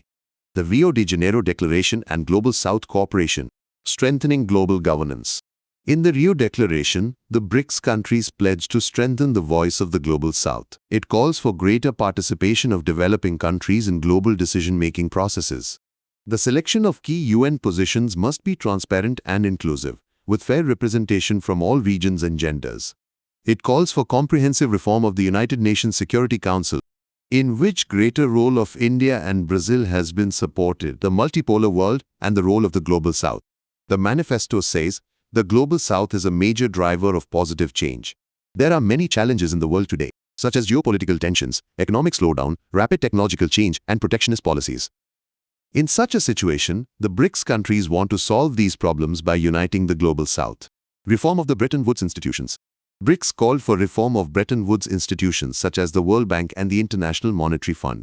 Their governance structure should be made more inclusive and merit-based. Diversity should be encouraged in employee selection. Business arrangement. The declaration supported a rules-based, transparent, fair, inclusive and non-discriminatory global trading system, in which the World Trade Organization plays the main role. Brics expressed concern over unilateral tariff and non-tariff measures that impede trade. International economic cooperation. Brics stressed on finalizing the Brics Economic Partnership Strategy up to 2030. There was discussion on launching the Brics Multilateral Guarantee Pilot at the New Development Bank, which will help in de-risking investments. Geelong Treaty under AUKUS. In July 2025, Australia and the United Kingdom signed a landmark defence cooperation agreement called the Geelong Treaty. This agreement is for the next 50 years under the first pillar of the AUKUS partnership. The treaty was signed at the UK-Australia Defence Ministers meeting in Geelong, Australia. What is the Geelong Treaty? It is also called Nuclear-Powered Submarine Partnership and Collaboration Treaty. Its main objective is to carry out comprehensive cooperation in the design, construction, operation, maintenance and disposal of SSN, AUKUS submarines. This treaty will also help in strengthening trilateral supply chains between Australia, UK and US. What does AUKUS mean? AUKUS is a security partnership which was formed in 2021 between Australia, the United Kingdom, and the United States of America. Its name is made up of the first letters of these three countries. This partnership is based on two main pillars. Pillar 1. Its focus is on enhancing the shipbuilding capabilities of the three countries. Australia will acquire its first nuclear-powered attack submarines. The US will sell submarines to Australia in the 2030s, and the UK and Australia will jointly build new, SSNA UK-US submarines in the early 2040s. Pillar 2. It focuses on the joint development of 8 advanced military technologies, such as autonomy, artificial intelligence, electromagnetic warfare, modeling and simulation. This includes projects such as the UK-US Maritime Autonomy, Experimentation and Exercise Series, who work on improving autonomous systems in the maritime domain. The strategic importance of UK-US. AUKUS has huge significance in the Indo-Pacific region, strengthening the US-led alliance system. AUKUS aims to balance the growing influence of China in the Indo-Pacific. It reflects America's commitment to defend its allies and interests. Increasing US reach in the region. It increases America's military presence, especially in Southeast Asia, boosting the US defense industry. This provides new opportunities for arms sales and technology transfers between Australia and the UK. About the opportunities and challenges of the AUK-US partnership. AUKUS opportunities high chance of success. There is a lot of trust between the AUK-US countries. For example, they share intelligence under the Five Eyes Alliance. This trust makes AUK-US stronger and helps its projects succeed. Complementing the Quad, emphasis on hard power. Both the Quad and AUK-US address security challenges in the Indo-Pacific. But AUK-US focuses on hard power, like nuclear-powered submarines. This strengthens the soft power of the Quad. Changes in America's regional security strategy. The US is now focusing on enhancing the capabilities of its allies rather than handling its security in the Indo-Pacific alone. This is a strategic move to balance the growing influence of China. Coordination between UK and Australia. AUKUS aligns closely with Australia's National Defence Strategy and the UK's Strategic Defence Review. Both countries will cooperate together in submarine construction and technological development. Fast response. Nuclear-powered submarines are faster than conventional submarines and can stay at sea for longer periods of time. This helps in taking quick action in times of crisis. Concerns about AUK-US. Demand for US review and burden sharing. US begins review of AUK-US, which has created some uncertainty. Additionally, the US wants Australia to increase its defense spending to 3.5% of GDP. This shows that the US expects to share greater responsibility in Indo-Pacific security. Threat to the relevance of Quad. Some experts believe that the emergence of AUK-US may diminish the importance of the Quad. India maintains a distance from military alliances, due to which the full military capability of the Quad cannot be utilized. AUKUS can fill this gap, but it may weaken the Quad. Lack of participation of Asian countries. No Asian countries are included in AUK-US, due to which it is considered an alliance of Western countries. The Quad includes Asian countries like India and Japan, which makes it more inclusive. This shortcoming of AUK-US may make it challenging for regional acceptance. Problem with timely delivery. The US is only building 1.13 Virginia-class submarines each year, while it needs 2 submarines for its own defense and 2.33 for AUK-US. This production rate could hinder the timely completion of AUK-US targets. Concern about nuclear proliferation. The AUK-US agreement could promote the spread of nuclear technology, due to which the risk of arms race and nuclear proliferation in the Pacific region may increase. However, AUK-US countries describe it as in line with international nuclear non-proliferation rules. Girmitiya Community. In July 2025, the Prime Minister made 2 major announcements for the indentured community during his first official visit to Trinidad and Tobago. India is working on creating a comprehensive database of the indentured community. World Indentured Labour Conferences will be held regularly. Other important news. Overseas, Citizen of India cards will now be given to up to the 6th generation of people of Indian origin in Trinidad and Tobago. This will enable them to live and work in India without any restrictions. Trinidad and Tobago became the first country in the Caribbean region too, which has adopted India's Unified Payments Interface. This will make digital payments easier and faster there. What is indentured community? Those Indian laborers are called indentured laborers, who left India in the middle and late 19th century to work in the British colonies. The word Girmit is a mispronunciation of the word agreement, as these laborers went under a contract. After the British Slavery Abolition Act came into effect in 1833, there was a labor shortage in the colonies.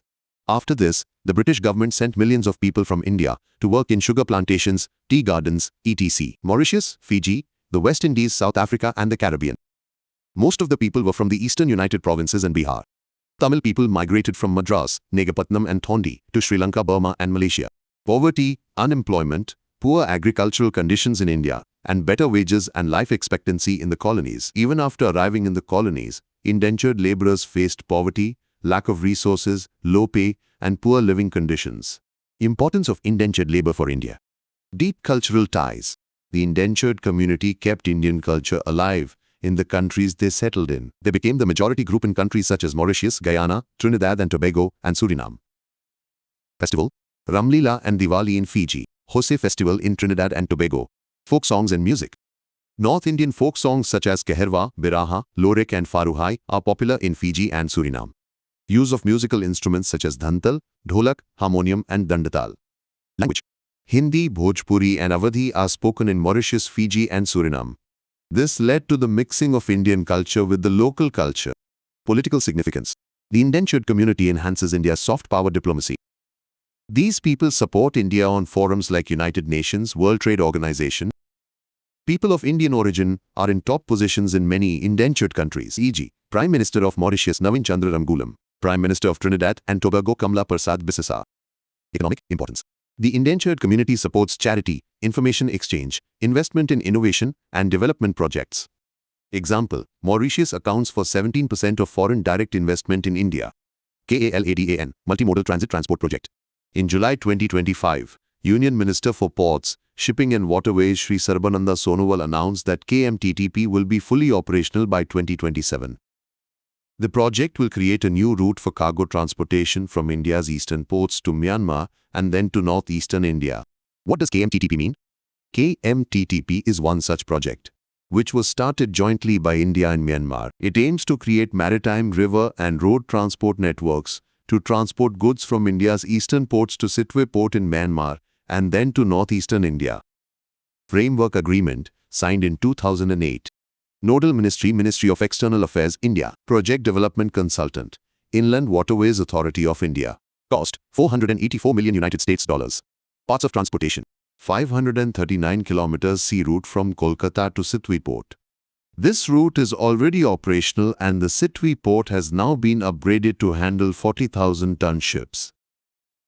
The 158 kilometers Kaladan River route from Sitwe to Palitwa, Myanmar. Dredging of the river and construction of a jetty at Palitwa has been completed in 2017. A 108 kilometers road from Palitwa to Zorinpui on the Indo-Myanmar border. Construction of this portion is ongoing and is expected to be completed by 2027. Importance of KMTTP for India. To eliminate the geographical isolation of the northeastern region, Northeast India is connected to the rest of India through the Chicken's Neck, which is only 21 kilometers wide and is surrounded by international borders on all sides. KMTTP will connect the region to Kolkata via Myanmar, which will make connectivity easier. Synchronization with India's Act East policy. The Act East policy, launched in 2014, focuses on connecting India with its neighbors, especially in Southeast Asia. KMTTP reinforces this policy. Reduction in cost and time. The time and cost of transporting goods from Kolkata to Aizawl will be reduced by more than 50%. For example, this distance will be reduced by 328 kilometers to make NER a business hub. The project will boost trade and help set up export-oriented industries such as manufacturing and agro-processing. A special economic zone is being developed on 1,000 acres in Ponnagyun town near Sitwe, which will further boost trade. Other connectivity projects for the northeastern region. India-Myanmar-Thailand Trilateral Highway. It will connect More in Manipur to Mai Sot in Thailand via Myanmar. This will enhance trade and connectivity with Southeast Asia. India-Bangladesh Inland Water Transit and Trade Protocol. This facilitates cargo and passenger transportation on the river routes between the two countries. Other projects. BBI and Motor Vehicle Agreement. Promotes road transport between Bangladesh, Bhutan, India and Nepal. Use of Chittagong and Mongla ports. These ports are being used for trade under a Memorandum of Understanding between India and Bangladesh. US decides to pull out of UNESCO. On July 22, 2025, the United States announced that it was withdrawing from UNESCO. This decision will come into effect from December 31, 2026. The US cited UNESCO's promotion of woke and divisive socio-cultural issues and anti-Israel stance as the reasons for this. This is America's third exit. The first in 1984 during the Reagan administration and the second in 2017 during the Trump administration. This is the second time in Trump's second term. Along with this, America has also taken steps to withdraw from the World Health Organization and drastically cut the funding of the Palestine Relief Agency. The impact of America's exit. Budgetary impact. The United States provides approximately 8% of UNESCO's total budget.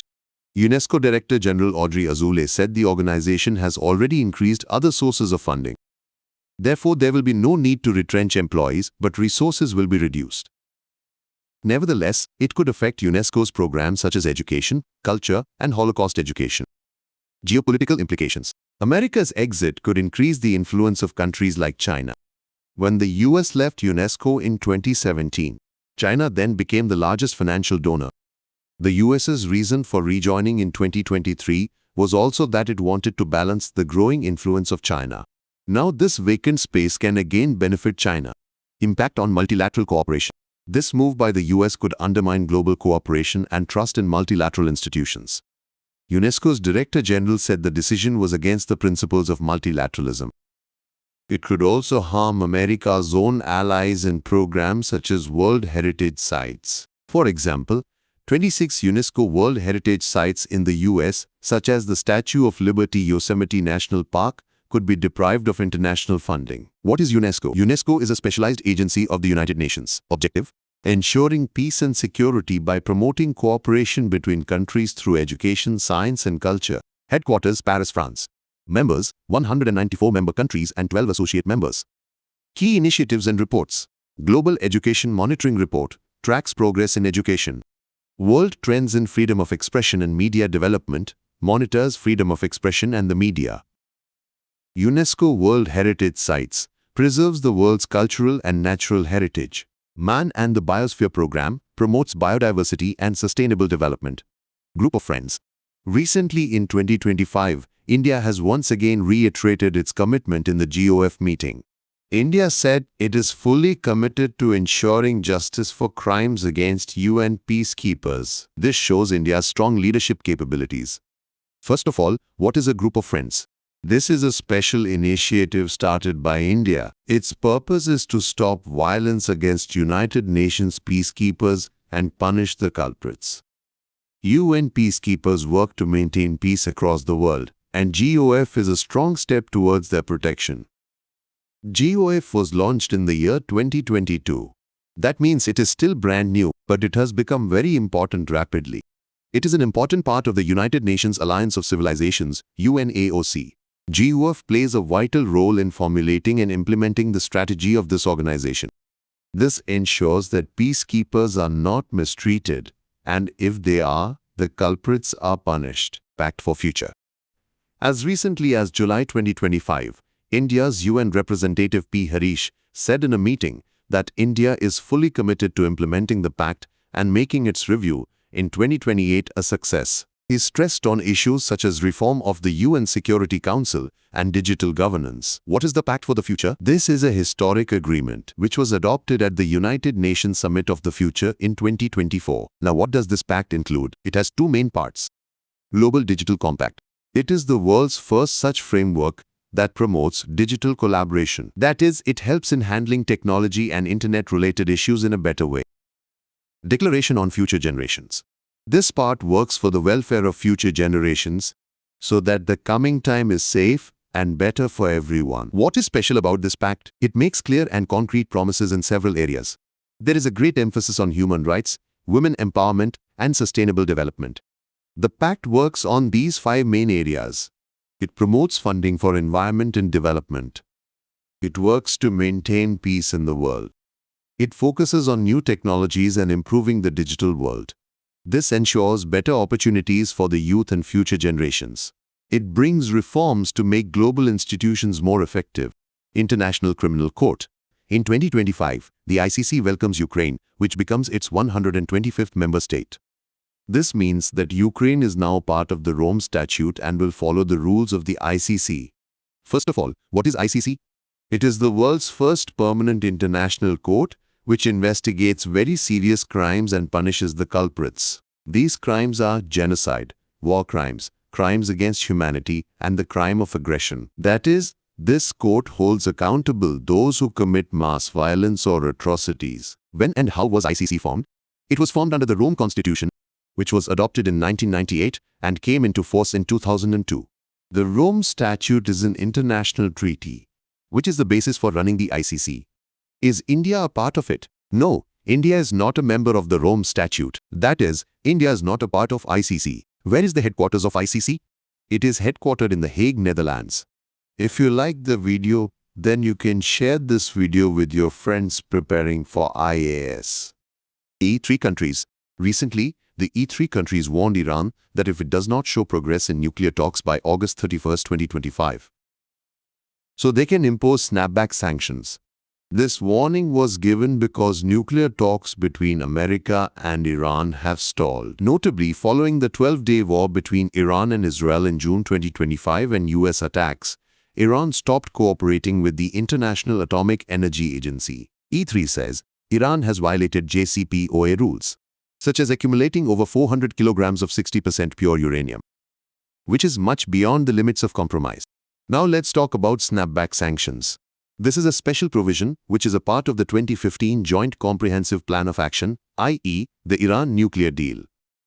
The agreement stated that if Iran broke its nuclear promises, then the old sanctions of the United Nations can be reimposed against him. This is called a snapback because these sanctions can be implemented quickly and automatically. What are the E3 countries? E3 means United Kingdom, Germany, and France. It is an informal grouping of the three countries that works together on foreign and security matters. This means that these countries cooperate with each other to create a common strategy on global issues. How did E3 start?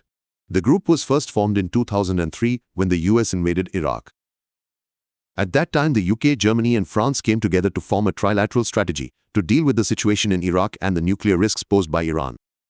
That is, these countries united to control Iran's nuclear program and bring stability to the region. Global Peace Index 2025.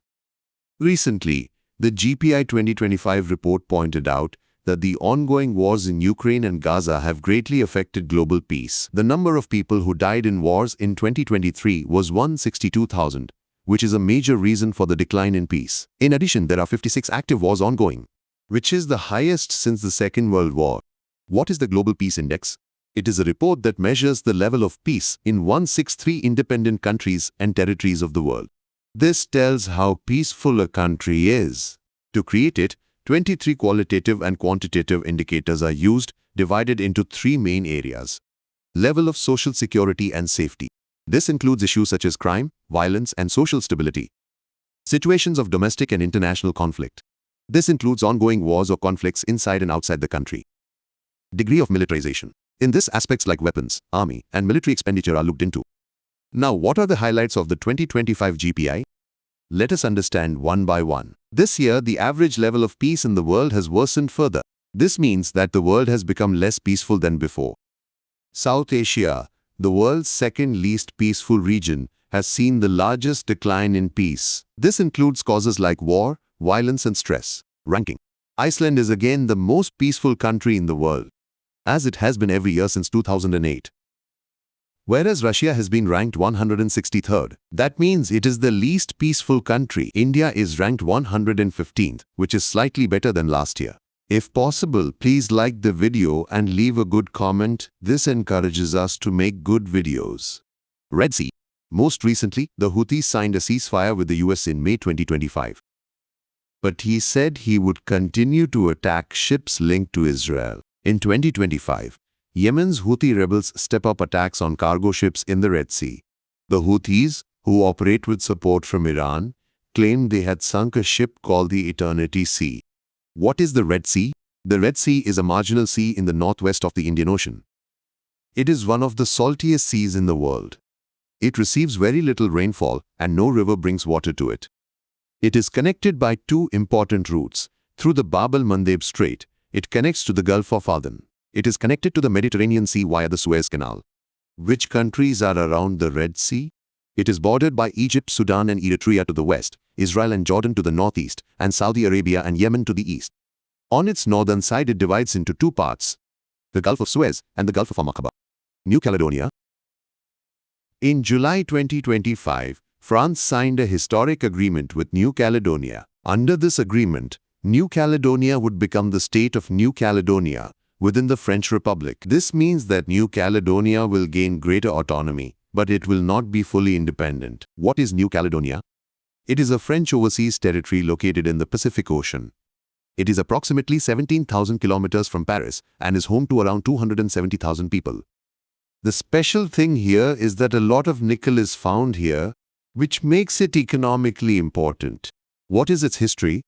In the 1840s, European traders took indigenous people to New Caledonia as slaves or forced labor in sugarcane fields. Then, in 1853, France took over the region and made it its colony. Since then, it has been under France. What is in demand in New Caledonia today? There are deep differences over independence between the indigenous Kanak population and the people of European origin. The Kanaks want New Caledonia to have either full independence or greater autonomy, while most Europeans want to remain with France. M23 Rebels. On the 19th of July 2025, the Congolese government and Rwandan-backed M23 Rebels signed a declaration of principles for a permanent ceasefire in Doha, the capital of Qatar. Who are the M23 Rebels?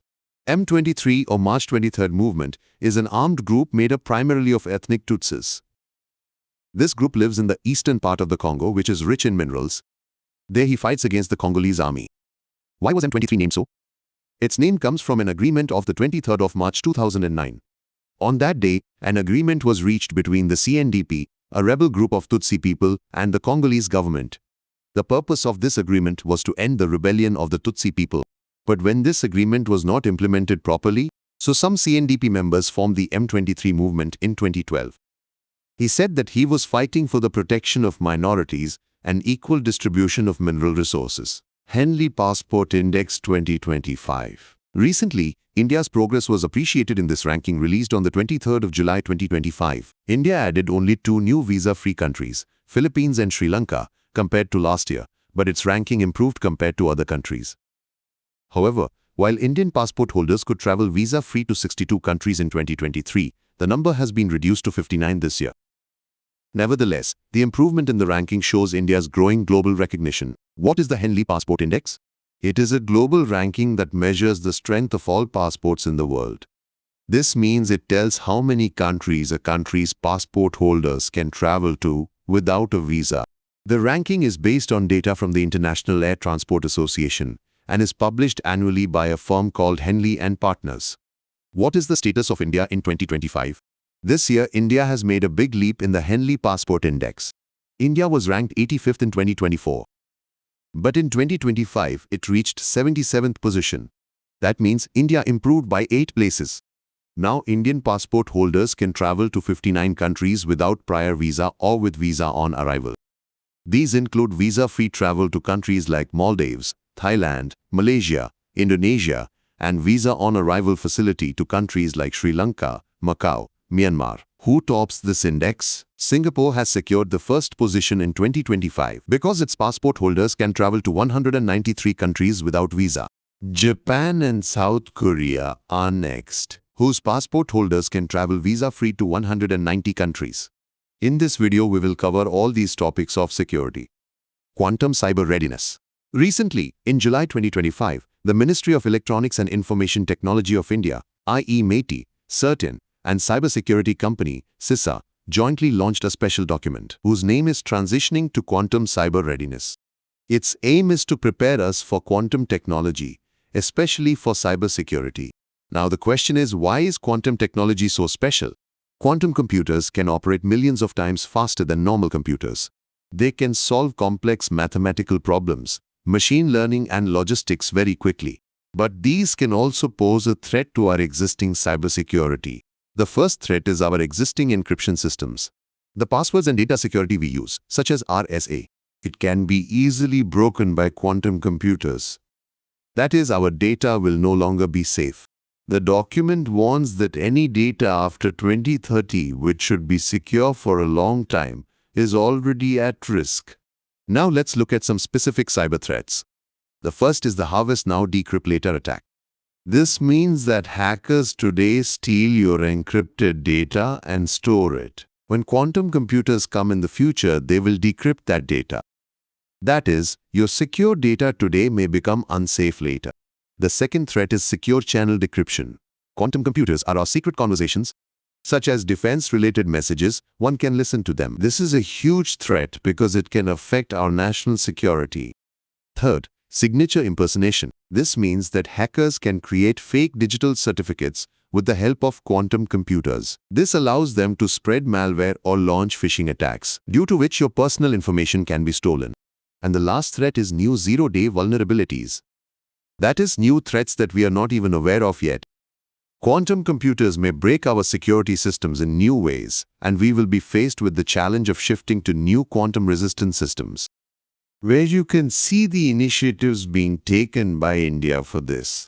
Let's talk about the roadmap to quantum cyber readiness. Baseline assessment and strategic planning. The white paper talks about a quantum bill of materials, or QBOM. This is a kind of inventory, which will show what cryptographic tools and software are in our system. From this, we will know that where is the danger greater? What should we buy for quantum-safe systems? How to plan an upgrade? And how to follow the rules. Apart from this, there is also mention of AI-based risk assessment. With machine learning, we can see patterns to see where our cryptographic systems have weaknesses. This will help us detect dangers in advance. Technology readiness and capacity building.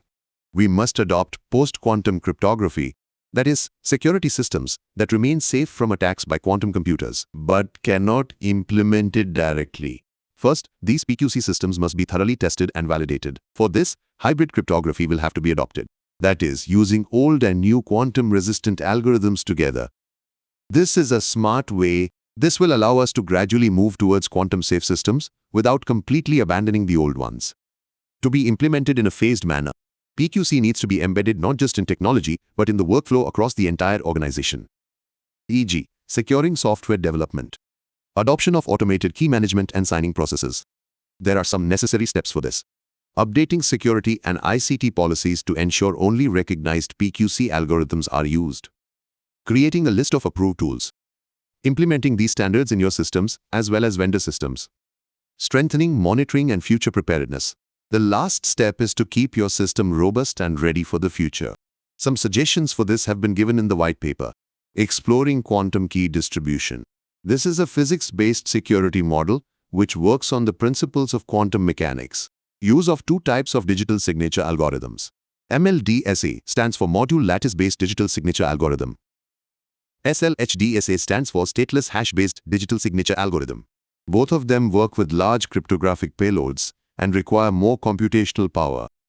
These can be used especially in government documents, financial transactions, and legal documents. In addition, we must constantly monitor our systems to ensure immediate action if new threats emerge. If you liked the video, then like it now. Operation Mahadev. Operation Mahadev is a joint mission of the Indian Army, Central Reserve Police Force, and Jammu and Kashmir Police. Its name is inspired by the Mahadev Peak of Kashmir and the rugged hilly terrain there.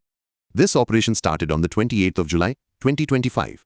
When based on intelligence information, terrorist activities were detected in Lidwas area, near Srinagar. The main aim of this operation was to eliminate foreign terrorists who had infiltrated the Kashmir Valley. These terrorists were carrying out attacks in India with the support of Pakistan-based groups, such as Lashkar-e-Taiba. Specifically, the operation targeted terrorists responsible for the 22nd of April 2025 terror attack in Pahalgam that claimed the lives of 26 people. During this operation, an encounter took place with 3 Pakistani terrorists who were shot down.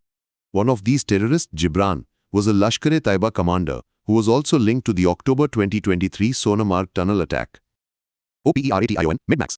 Operation Med-Max was a special mission of NCB, the aim of which was to eliminate illegal drug trade. In this operation, the NCB busted an international drug smuggling gang which was smuggling controlled drugs across 4 continents, Asia, America, Europe, and Australia. The operation began with the search of a vehicle near Mandi House in Delhi on May 25, 2025, from where 3.7 kilograms of tramadol tablets were recovered. This gang worked very cleverly. Those were his methods. Encrypted digital platforms. These people used secret digital apps and websites which were as safe as hackers. Dropshipping model. They used dropshipping to deliver the medicines directly to the customers, in which the goods were sent directly without storing them. Cryptocurrency. They used cryptocurrencies like Bitcoin to transact money so that their identity remains hidden. This network shows how digital platforms, cryptocurrencies, and global logistics are being used in illicit trade today. You can watch all the videos of this month's magazine from this playlist. Project 17A. Project 17A is a program of 7 stealth-guided missile frigates being built for the Indian Navy. These ships are the next version of the Shivalik-class frigates, who are already serving in the Navy. The ships being built under Project 17A are more modern and powerful. INS Udaygiri, the second ship of the project, was delivered to the Indian Navy on the 1st of July 2025. A frigate is a multi-role warship. It protects the naval fleet from enemy ships. It protects against threats coming from the air, such as missiles or aircraft. These ships can operate long distances at sea and can deal with a variety of threats. Features of Project 17A. The upgraded version of the P-17 class is the P-17A. Project 17A ships have several special features, which makes them better than Shivalik class. These ships are designed in such a way that they are difficult to detect on radar. These ships are equipped with state-of-the-art weapons and sensors, such as 8 BrahMos anti-ship cruise missiles, which travel at a speed of Mach 3. An upgraded OTO Melara 76mm naval gun which can deal with missiles and aerial threats. Barak 8 air defense missiles, AK-630 close-in weapon systems, torpedo launchers, and RBU 6000 anti-submarine rocket launchers. These frigates can operate in open seas and deal with conventional and non-traditional threats to protect India's maritime interests. These ships have more than 75% indigenous content. More than 200 small and big enterprises have contributed to it. This is the first large ship class to be built in India, in which integrated modular construction has been used. That is, the individual parts of a ship are first built and then assembled, which makes construction fast and efficient. Extended Range Anti-Submarine Rocket. The Extended Range Anti-Submarine Rocket is a completely indigenous rocket system, which is designed to target enemy submarines from Indian naval ships. Its speciality is that it can destroy submarines at different depths. Recently, from the 23rd of June to the 7th of July 2025, its user trials were completed from INS Kavarati, in which 17 ERASR rockets were successfully tested at different ranges. Features of ERASR. ERASR is a fully indigenous anti-submarine rocket used to fight submarines and is fired from Indian naval ships. It has a 2-motor configuration which gives it the ability to operate with accuracy in a range of 500 meters to 8.9 kilometers. It can work in both short-range and long-range modes. It has indigenous electronic time fuse, which helps to blast the rocket at the right time. Its warhead destroys submarines by blasting underwater, which was verified in the test by the ship's sonar system. ERASR has been developed by DRDO's Pune-based Armament Research and Development Establishment, in which High-Energy Materials Research Laboratory and Naval Science and Technological Laboratory also contributed. It is being produced by Bharat Dynamics Limited, Hyderabad, and Solar Defense and Aerospace Limited, Nagpur. Astra Missile. Astra is an indigenous, beyond visual range air-to-air missile, which has been developed by the Defense Research and Development Organization of India. This means that this missile can target enemy planes from a distance, where the pilot cannot see them with his eyes. Recently, on the 30th of July 2025, DRDO and the Indian Air Force successfully test-fired Astra Missile from Su-30 MKI fighter jet using indigenous radio frequency seeker. Special features of Astra Missile. This missile has been designed to destroy high-speed and rapidly changing direction supersonic aircraft. Its range is more than 100 kilometers. That means it can hit enemy aircraft from a very long distance. This missile can operate day and night in any weather, be it rain, fog, or darkness of night. The RF seeker installed in the missile helps it to target accurately. This seeker tracks the enemy aircraft and guides the missile in the right direction. It has modern guidance and navigation systems, which makes it accurate and reliable. It can be launched from Su-30 MKI, Tejas, MiG-29 and other fighter jets. Pralay Missile. Pralay is an indigenous surface-to-surface short-range quasi-ballistic missile. It has been developed by DRDO's Hyderabad-based research center Imarat in collaboration with other DRDO labs. It was tested on 28th and the 29th of July 2025 from Dr. APJ Abdul Kalam Island in Odisha, where it met all mission objectives. Special features of Pralay Missile. This missile flies at low altitude, and like a ballistic missile it follows a set path. But if necessary, it can change direction and maneuver during flight. This makes it difficult to intercept. This missile can fly at a speed of more than Mach 5, due to which the enemy gets less time to respond. Its range is 150 to 500 kilometers, which makes it ideal for tactical attacks. It can carry weight ranging from 350 to 1,000 kilograms. It can be fitted with conventional warheads like high-explosive preformed fragmentation, penetration-cum-blast, and runway denial penetration submunition. The same composite propellant is used in Pralay, which was developed by the High Energy Materials Research Laboratory for the K missile family. This propellant gives more energy than Agni missiles. It can be prepared in 10 minutes and launched in 60 seconds, which makes it suitable for rapid use in combat. If you liked the video, then you can share this video with your friends preparing for IAS. Exercises in news. Exercise Bold Kurukshetra. Exercise Bold Kurukshetra is a joint military exercise between the armies of India and Singapore, held every year since 2005. Its 14th edition began on the 30th of July 2025 in Jodhpur, Rajasthan, and will run until the 4th of August 2025. Its main objective is to enhance synergy and joint training capabilities between the armies of the two countries, especially under the United Nations mission. Format and focus of practice. Tabletop and computer-based war games. This time the exercise was conducted in the form of a tabletop exercise and computer-based war game. This means that instead of actually preparing a battlefield, commanders practice battle strategies on tables using simulations and computer software. Mechanized warfare. Its focus is to validate mechanized warfare strategies. These exercises ensure that both armies can operate together effectively in a combat situation. United Nations mission. These exercises focus on improving joint coordination for UN peacekeeping missions, so that both the armies can perform better in multinational missions. Bharat Ncx. India NCX 2025 is a national cybersecurity exercise, which was jointly organized by the National Security Council Secretariat and the National Defence University, Gandhinagar, Gujarat. It was inaugurated on the 21st of July 2025. This exercise is to strengthen India's cybersecurity and prepare to face real-world cyber attacks. Objective. These exercises prepare government and private sector organizations to deal with cyber threats so that India's cybersecurity is strengthened. In this, simulated situations of cyber attacks are created so that cyber defense and retaliation can be practiced. Main characteristics. These simulations are like real cyber attacks, where attacks on IT and OT systems are simulated. This gives cyber defenders experience working in real conditions. In this, cyber defense training is given with the help of artificial intelligence, which helps in quickly identifying and responding to cyber threats. Simbex Exercise. The Singapore-India Maritime Bilateral Exercise is an annual military exercise between the Indian Navy and the Republic of Singapore Navy. It was started in 1994 under the name Exercise Lion King. The 32nd edition will be held in Singapore from the 28th of July to the 1st of August 2025. It is India's longest continuous maritime exercise with any country. Support India's Vision Sagar and Act East policy, which emphasize cooperation and maritime security in the Indo-Pacific region.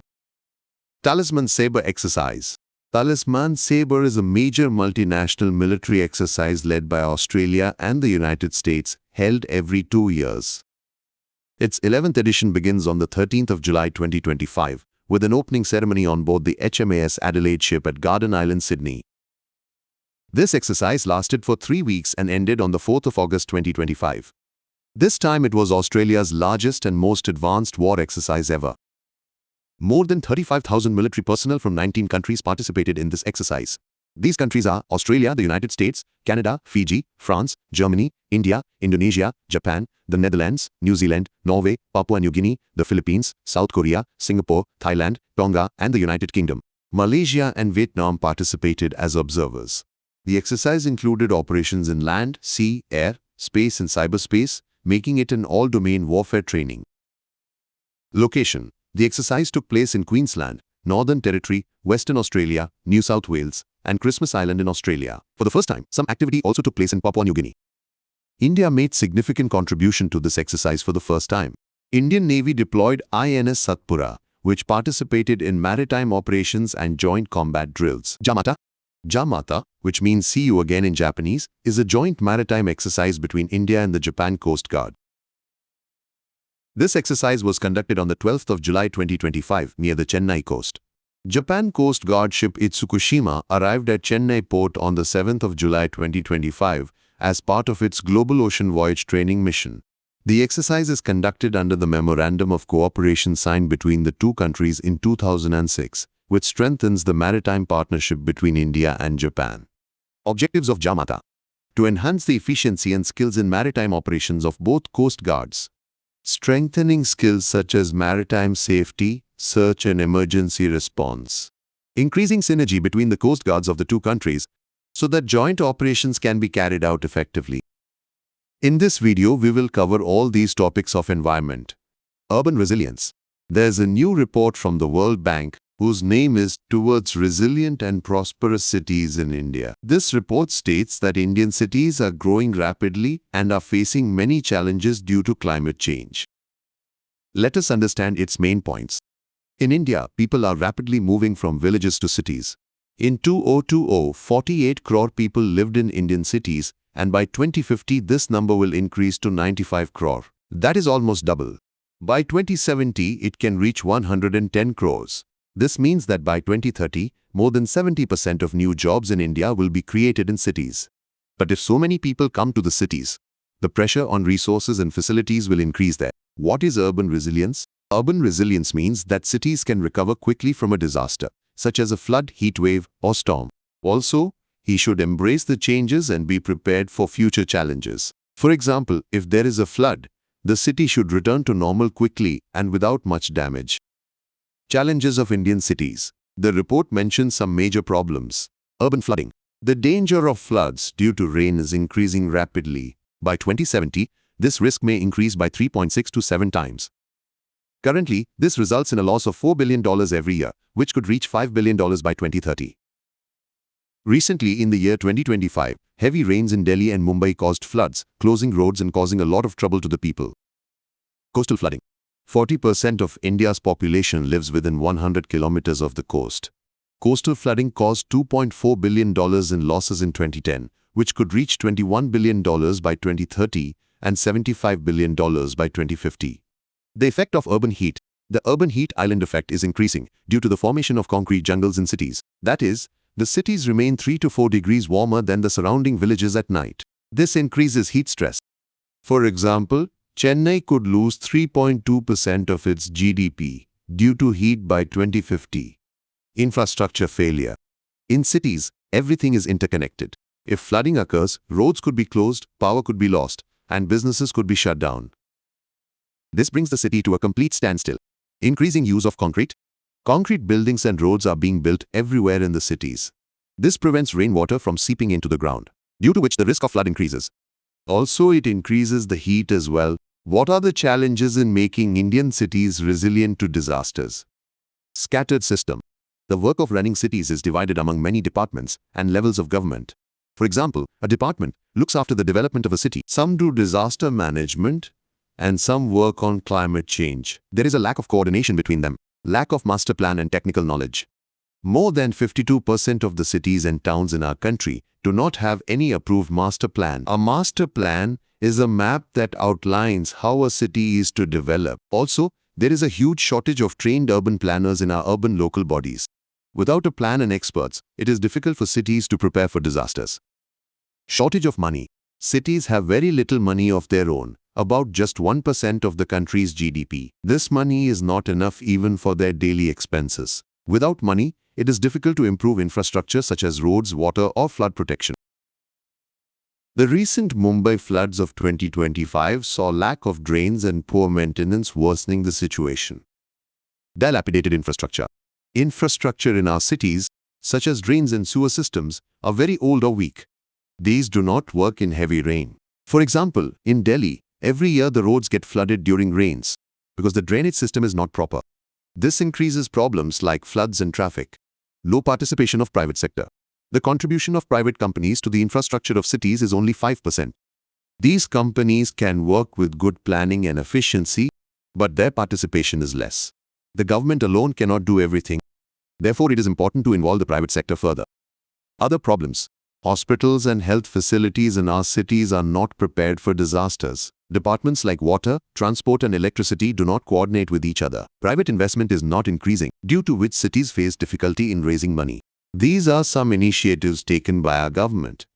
We will understand some suggestions from the World Bank report. Flood and Heat Protection Program. The report says that every city should make a specific climate action plan. This plan will help protect cities from floods, extreme heat, and other natural disasters. For example, building better drains, planting more trees, and making arrangements for harvesting rainwater. This will make cities sustainable and safe. Implementation of the 74th Constitutional Amendment. The 74th Amendment of 1992 states that responsibility for urban planning should be transferred from state governments to elected urban local bodies. This will help cities to raise funds for themselves and formulate financial strategies, meaning cities will be able to make plans for their own needs and implement them. Financial reform in municipal services. To provide its services to cities, more income will have to be generated from things like water, roads, sanitation, and waste management. Right now, the city's own revenue is very low. If these services are better, people will be ready to pay the right price for them. The report says India's cities will need $2.4 trillion for climate-resilient infrastructure by 2050. That means a huge investment is required. Changes in urban governance. There should be a clear division of responsibilities among all departments to run the cities. Also, more use of technology will be needed, such as providing online services, adopting smart city technology, and working digitally. This will make the management of cities easier and faster.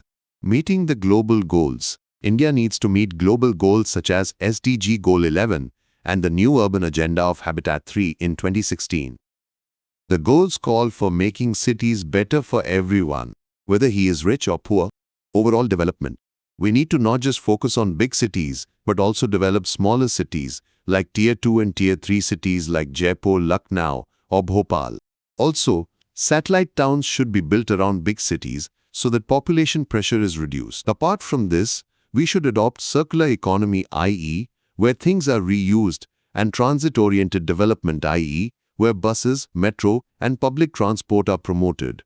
If you like the video, then please do not hesitate in liking this video. Ethanol blending. Recently, the Petroleum and Natural Gas Minister of our country announced that India has achieved the target of blending 20% ethanol in petrol.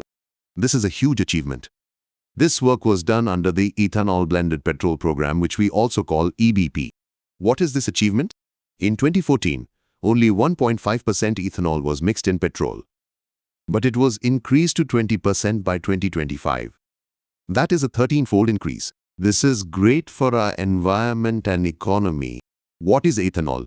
Ethanol is a type of renewable fuel whose chemical name is ethyl hydroxide. It is made from crops like sugarcane, maize, wheat, which contain high amount of starch. It is made in two ways: by fermenting sugar using yeast in a natural way, petrochemical process and chemical method, like from ethylene hydration. Types of ethanol. Ethanol is divided into 4 types. First generation ethanol. It is made from food crops such as rice, wheat, barley, maize, sugarcane, or sugar beet. Second generation ethanol. It is made from agricultural wastes like wood, wheat husk, corn stalks, etc. Third generation ethanol. It is made from aquatic biomass such as algae. Fourth generation ethanol. It is made from specially engineered plants and microorganisms. Why is ethanol blending necessary? When we mix ethanol in petrol, so it does less harm to the environment. It reduces air pollution because ethanol releases less harmful gases when burnt. Also, it helps us reduce our dependence on foreign oil. Our farmers also benefit from this because the demand for crops like sugarcane and maize increases. What is Ethanol Blended Petrol Program? This program was started in 2003. Its purpose is to make the fuel more environmentally friendly by adding ethanol to petrol. This takes our country towards clean and sustainable energy. What does ethanol blending mean? Ethanol blending means mixing ethanol in petrol. This causes less pollution when fuel is burnt, and it is better for the environment. There are its types. E10. It contains 10% ethanol and 90% petrol. E20. It contains 20% ethanol and 80% petrol. E85. It contains 85% ethanol and 15% petrol. Goals and policy. The National Policy on Biofuels, formulated in 2018 and updated in 2022, decided to achieve the target of 20% ethanol blending before 2030, i.e., by 2025-26. Sugarcane juice, beetroot, cassava, spoiled grains and rotten potatoes are used to produce ethanol. The excess grain is also used to make ethanol and blended with petrol. Achievement. In 2014, 38 crore liters of ethanol was produced in India. But by 2025, it increased to more than 660 crore liters. That's a huge leap. This not only benefits the environment, rather farmers also got more income from sugarcane and grain crops. Significance of ethanol blending. This ensures we have safe and stable energy. Since 2014, dependence on foreign oil has reduced and 21.36 lakh rupees crore has been saved in foreign exchange. That means we had to buy less oil from outside. Since 2014, 698 lakh tons of CO2 emissions have been reduced. It keeps the air clean by reducing greenhouse gases. Since 2014, 21.96 lakh rupees crore has been given to distilleries and 1.18 lakh rupees crore has been given to farmers. This promoted employment and rural development. Increased use of alternative crops such as maize, which became a new source of income for the farmers. Engine performance improved because the ethanol blend increased the research octane number, which improves fuel quality. There were improvements in health, education, changes in standard of living and many other benefits. Challenges of ethanol blending. Food security and inflation. According to FAO's 2023 report, excessive use of food crops to produce ethanol could threaten food security. This is a matter of concern, especially for the poor and the weaker sections, because this may increase the prices of food items. Impact on environment. In India, ethanol is produced primarily from sugarcane, a water-intensive crop. This has an adverse effect on the groundwater level. Excessive cultivation of sugarcane can be harmful to the environment. Technology and cost of vehicles. To mix 20% or more ethanol in petrol, changes have to be made in the engine and fuel system of vehicles, which is expensive. Old cars and two-wheelers are not suitable for ethanol because their parts are not compatible with it. Fuel efficiency and condition of trains. Ethanol has less energy than petrol, due to which the mileage of vehicles may reduce slightly. In older engines, the air-fuel balance may be disturbed with ethanol blends, which can cause problems with driving and emissions. Ethanol absorbs water, which increases the risk of blockage or malfunction in the fuel system. Supply of ethanol. Availability of ethanol is a problem in every part of the country. For example, ethanol blending did not take place in the northeastern states due to lack of raw material and industries or high transportation costs. Some states have not implemented the amended rules of the Industries Act, 1951, making interstate transportation of ethanol difficult. The cost of transporting ethanol from one place to another and the pollution caused by transportation are also challenges. Infrastructure is needed at marketing terminals and depots to store ethanol. Initiatives to promote ethanol blending. Prime Minister G1 scheme. Its full name is Biofuel Environment Friendly Crop Residue Prevention Scheme. It provides financial assistance to second-generation ethanol projects so that ethanol can be made from agricultural residues. Ethanol Interest Subsidy Scheme. The scheme aims to help set up dedicated ethanol plants so that ethanol production increases. Reduction in GST.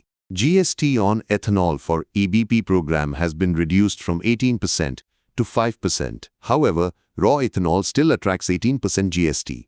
Amendment of the Industries Act 1951.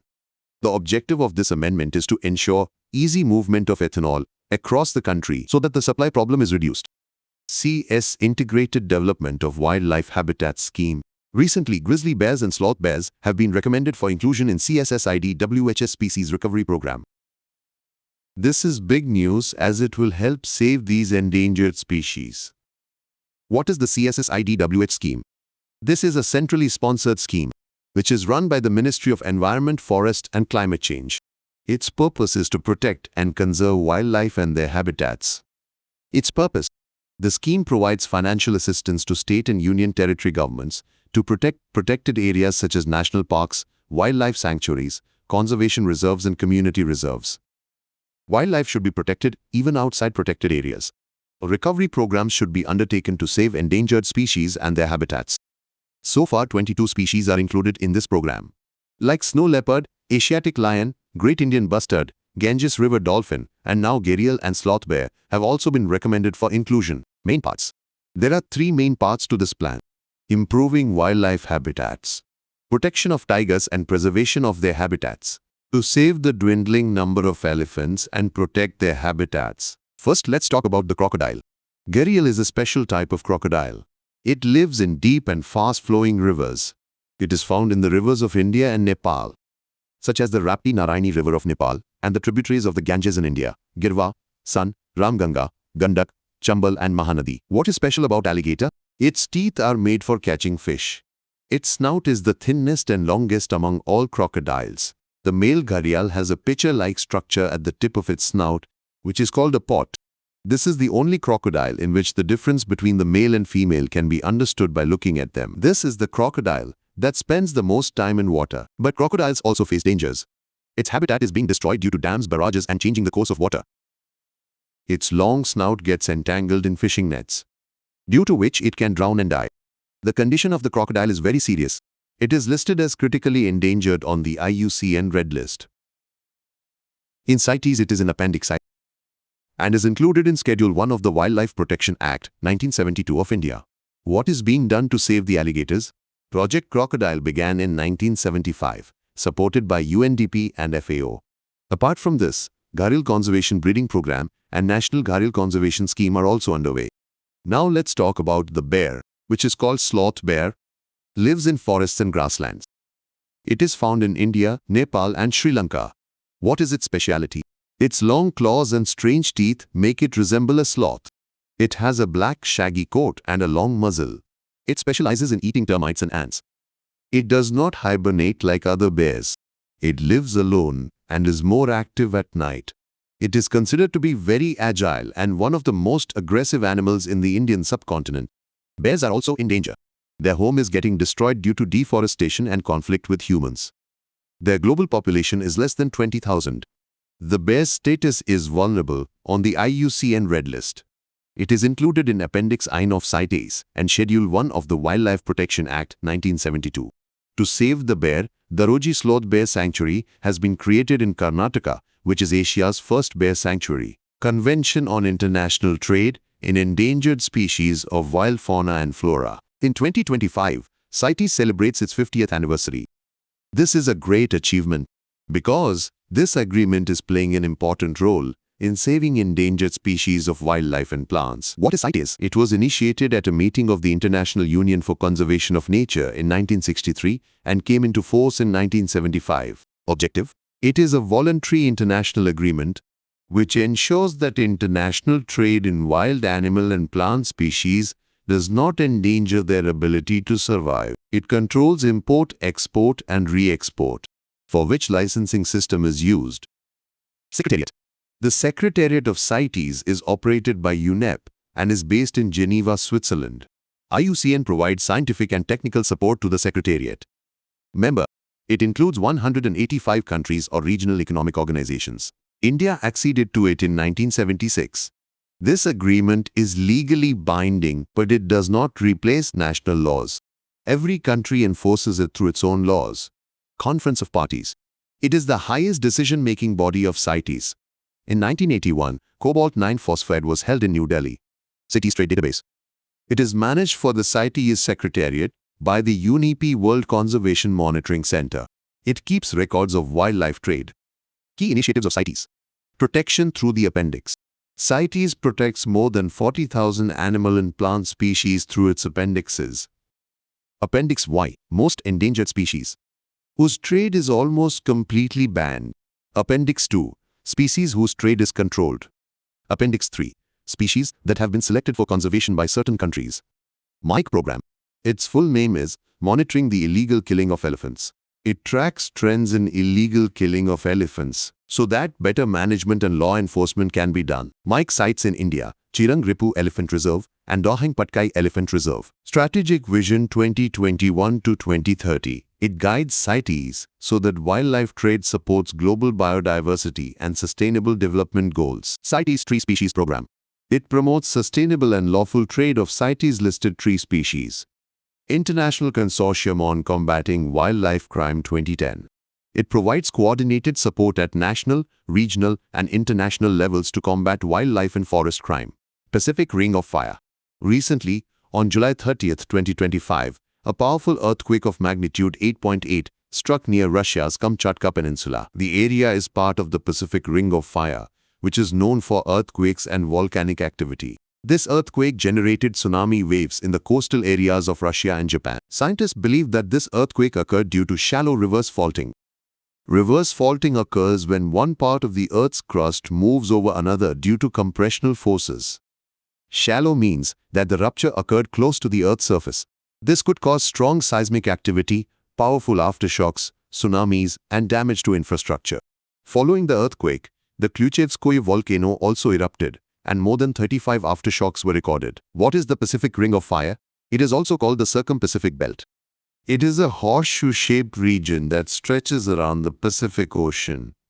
This is the most seismic and volcanically active region in the world.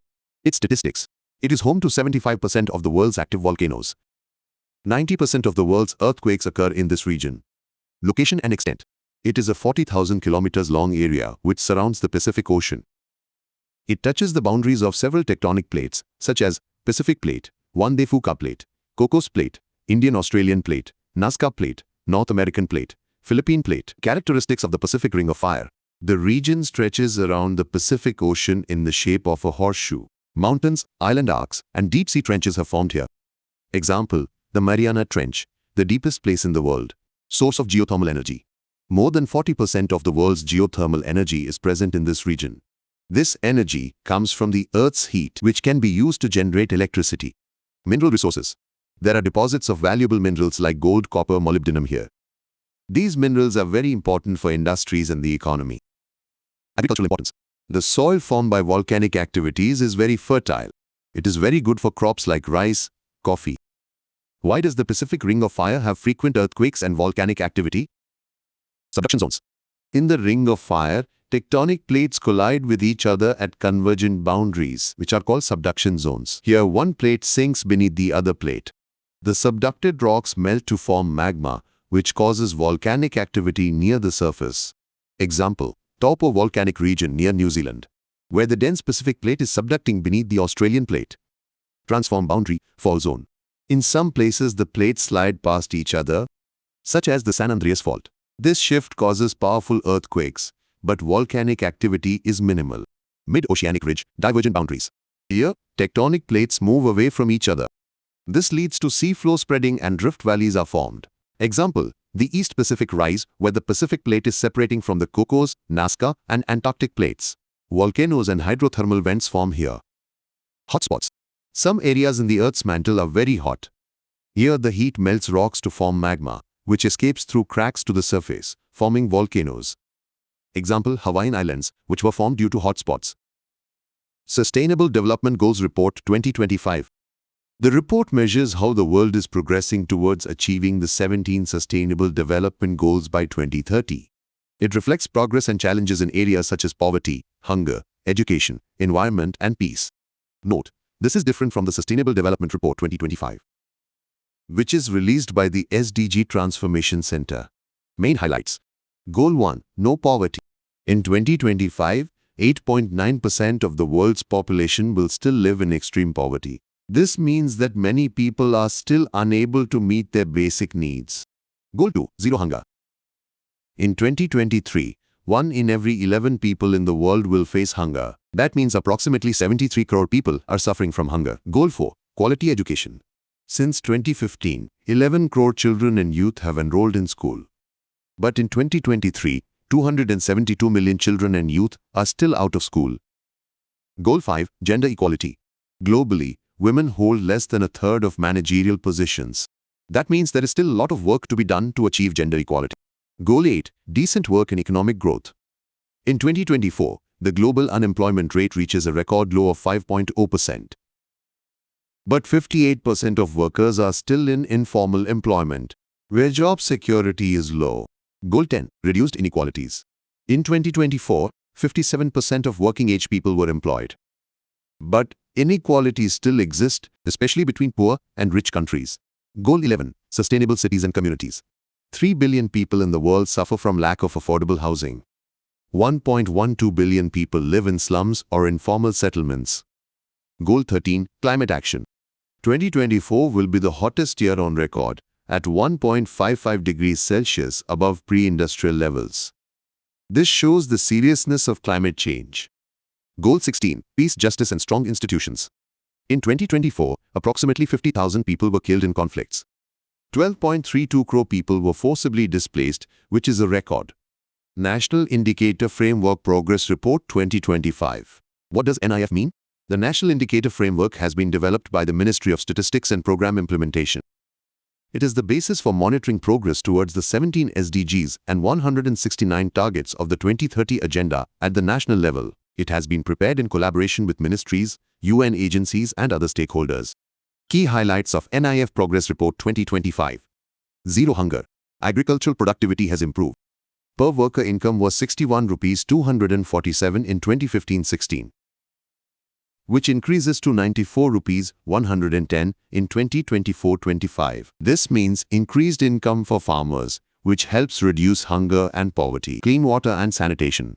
Access to safe drinking water in rural areas was 94.57% in 2015-16, which is to increase to 99.62% in 2024-25. This increased the availability of clean water in villages, which is very important for health. Affordable and clean energy. The share of renewable energy in total electricity generation is to increase from 16.02% in 2015-16 to 22.13% in 2024-25. Per capita renewable energy generation capacity to increase from 64.04 watts in 2014-15 to 156.31 watts in 2024-25.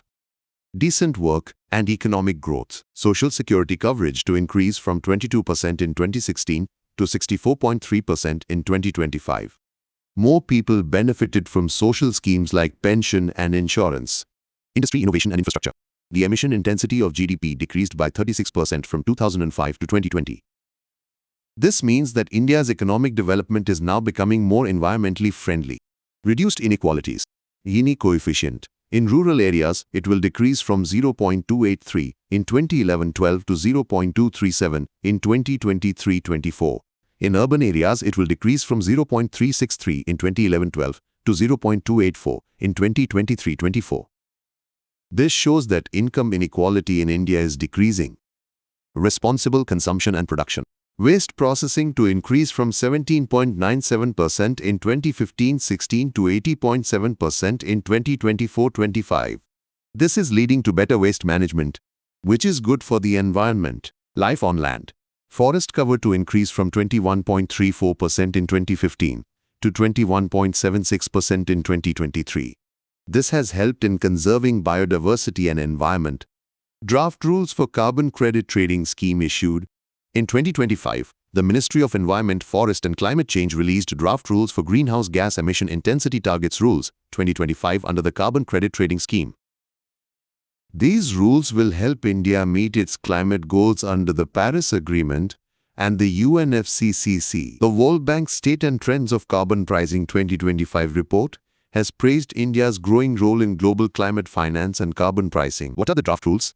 It represents the amount of carbon dioxide equivalent emitted per unit of production or product. Legally binding GHG emissions targets have been proposed for more than 400 industrial units. The rules will apply to high-emission sectors such as aluminium, iron and steel, petroleum refining, petrochemicals and textiles. The Bureau of Energy Efficiency will set these emission targets. If a unit does not meet the target, then he will have to pay financial penalty under the Environmental Protection Act 1986. What is Carbon Credit Trading Scheme? Target: reducing greenhouse gas emissions through carbon pricing. Legal basis: the Energy Conservation Act 2022 has given the central government the power to implement CCTS in collaboration with BEE. Key element: compliance mechanism. Units whose emissions are lower than their targets, they will get carbon credit certificates. Those who don't meet the target will have to buy credits or suffer a penalty. Voluntary offset mechanism. Other sectors are allowed to register for projects to reduce, remove, or prevent GHG emissions. In return, they will get carbon credit certificates. Administrator: Bureau of Energy Efficiency. Regulator: the Central Electricity Regulatory Commission regulates carbon trading. Importance: this lays the foundation for the Indian carbon market. This supports India's target of reducing GDP emissions intensity by 45% from 2005 levels by 2030 under the UNFCCC and Paris Agreement. New rules for contaminated site management notified. In 2025, MoEFCC notified the Environment Protection Rules 2025. These rules provide for the first time in India a legal framework for the identification, assessment and cleanup of polluted sites. It addresses legacy pollution and protects the environment and human health. What are polluted sites? Contaminated sites are places where hazardous waste was previously disposed of, due to which soil, groundwater, and surface water got polluted. Examples: old landfills, chemical waste dumps, or industrial spill sites. These sites pose a hazard to human health and the environment. Highlights of the rules. Pollutants involved. The rules cover 189 hazardous substances listed in the Hazardous and Other Wastes Rules 2016. Exclusions. These rules do not apply to pollution caused by radioactive waste, mining, marine oil spills, and solid waste dumps, as these are regulated under separate laws. Response levels. Different pollution limits have been fixed for agricultural, residential, commercial, and industrial sectors. Polluted site management. Identification of the site. The local body or district administration will have to provide information about suspected polluted sites to the State Pollution Control Board every 6 months. Evaluation of the site. The SPCB will inspect suspected sites and prepare a list of potentially polluted sites. This list will be given to the Central Pollution Control Board on a centralized online portal. The preliminary assessment will take place in 90 days and the detailed investigation in another 90 days. Identification of the pollutant. The SPCB will identify the person or entity responsible for the pollution.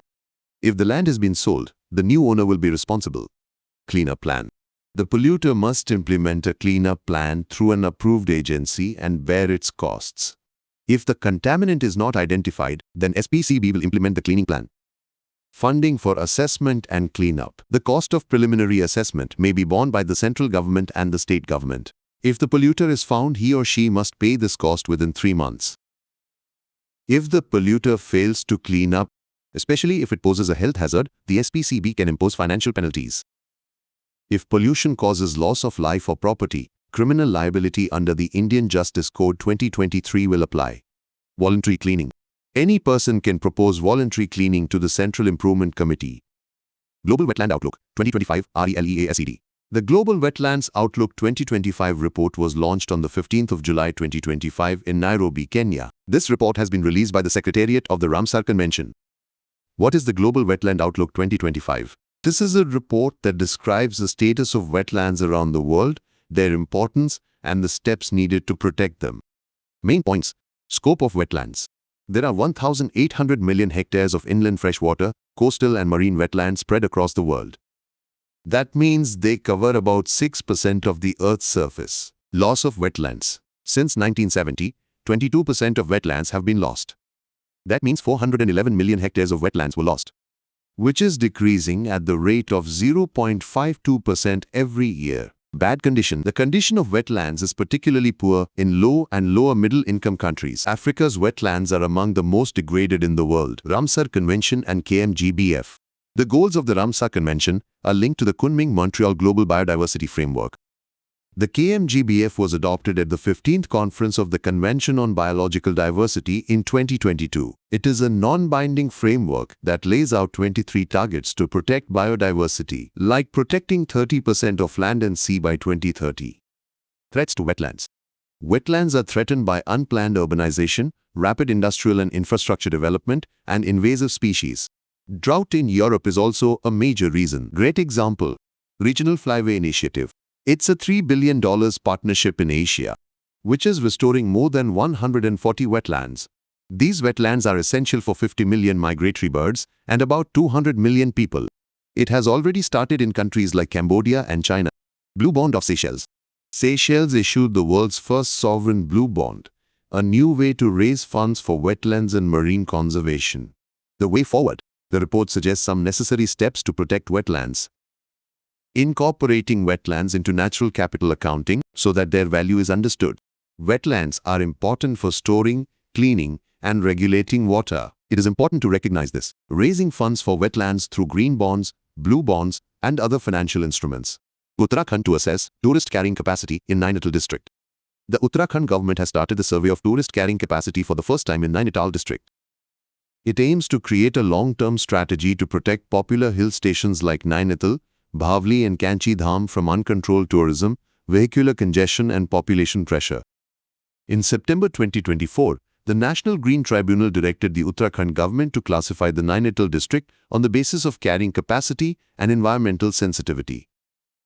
This survey is being conducted by Uttarakhand Tourism Development Board, which will assess the number of tourists, vehicular movement and hospitality capacity during peak and off-peak seasons with the help of CCTV monitoring. What is carrying capacity? Carrying capacity means how much population an area can tolerate based on its available resources without harming the environment. It depends on biotic and abiotic factors. Biotic factors such as vegetation, hydrology and wildlife. Abiotic factors such as terrain, climate and soil. Two major approaches to assessment. Planetary boundaries approach. This applies to environmental crises such as global warming, land degradation, pollution and water scarcity. It identifies the limits beyond which human activities can destabilize the ecosystem. Biocapacity overshoot approach. This is a sustainability metric which states that humans consume the annual productivity of natural resources in just a few months. Example, Earth Overshoot Day. When we exhaust the Earth's resource capacity for a year, ICJ delivers decision on tackling climate change. In 2025, the ICJ delivered a landmark advisory opinion on climate change, initiated by Vanuatu and supported by over 130 countries. This decision is based on the resolution passed by the United Nations General Assembly in 2023, in which two questions were asked from ICJ. What responsibilities do countries have under international law to protect the climate system and the environment from anthropogenic greenhouse gas emissions? What are the legal consequences if countries do not fulfill these responsibilities and cause serious harm to the climate or the environment, especially for small island states? Highlights of the ICJ judgment. A clean, healthy and sustainable environment is a human right. The ICJ stated that a clean, healthy and sustainable environment is a human right, which is linked to agreements like the Universal Declaration of Human Rights. Countries must take action to tackle climate change to protect the rights of present and future generations. Responsibility of countries to limit emissions. Countries must stop the damage caused by greenhouse gas emissions. The Paris Agreement aims to limit global temperature rise to 1.5 degrees Celsius above pre-industrial levels. For this, countries will have to make adequate contributions, such as strengthening nationally determined contributions and taking measures to reduce emissions. The ICJ also stated that this obligation applies not only to emissions, but also to fossil fuel production and subsidies. Legal consequences of non-compliance. If a country does not fulfill these obligations, it will have to take legal responsibility. He must stop wrongful acts, such as improving inadequate NDCs. He must guarantee non-repetition, that means promising not to make such mistakes in future. He may have to pay full reparation, such as providing financial or technical assistance to countries affected by climate damage. About International Court of Justice. The ICJ was established in 1945 and is the main judicial organ of the United Nations. Its job is to resolve disputes between countries and advise authorized organs of the United Nations. But remember, it only hears cases if a country asks for it. It consists of 15 independent judges, who are elected by the United Nations General Assembly and Security Council for 9 years. It is headquartered at the Peace Palace in The Hague, Netherlands. It is a world court that resolves disputes between 193 member countries. You can watch all the videos of this month's magazine from this playlist. ADEETIE scheme launched. Assistance in Deploying Energy-Efficient Technologies in Industries and Establishments scheme was launched on the 15th of July 2025 by the Power Ministry. It will help India's MSMEs to reduce energy consumption by 30 to 50%, increase production efficiency and create green energy corridors. It supports India's net zero and developed India goals. What is ADEETIE scheme? Ministry. Ministry of Power. Administrator. Bureau of Energy Efficiency. Target. Helping MSMEs adopt energy-efficient technologies, which will increase their competitiveness and benefit the environment. Duration. 3 years. Budget. 1,000 crore rupees. 875 crore rupees for interest subsidy, 50 crore rupees for energy audit, 75 crore rupees for implementation support. Target area. 14 energy-intensive sectors such as brass, bricks, ceramics, chemicals, fisheries, food processing, forging, foundry, glass and refractory, leather, paper, pharma, steel re-rolling, textile. Eligible enterprises. Udyam registered MSMEs. The technologies implemented must show energy savings of at least 10%. Method of implementation. Phase 1 is to 60 industrial clusters. Phase 2, additional 100 clusters. Main components of the scheme. Interest subsidy. 5% interest subsidy for micro and small enterprises. 3% interest subsidy for medium enterprises. It helps in getting loans for energy-efficient technologies. Facilitate project implementation. Investment-grade energy audit, helping MSMEs understand where they can save energy. Detailed project report, prepare a plan for implementing energy-efficient technologies. monitoring and verification, ensuring that implemented technologies are actually saving energy, technical and financial support. BEE has engaged certified energy auditors and accredited energy auditor firms. These experts help MSMEs identify energy-saving opportunities and implement projects. Digital assistance. A dedicated portal has been launched which facilitates application and financial assistance. Changing nature of floods. IIT Delhi and IIT Roorkee analyzed data from over 170 monitoring stations across the country and found that the intensity, size and timing of river floods in India are changing. This study by IIT Delhi and IIT Roorkee was published in the Journal of Hydrology. This is the first such comprehensive study for India, using 40 years of data, 1970 to 2010. The study highlights the impacts of climate change, land use change, and human activities such as dam construction. This is key to 13 Sudanese pounds climate action and 11 Sudanese pounds sustainable cities and communities. Highlights of the study. Decline in flood magnitude.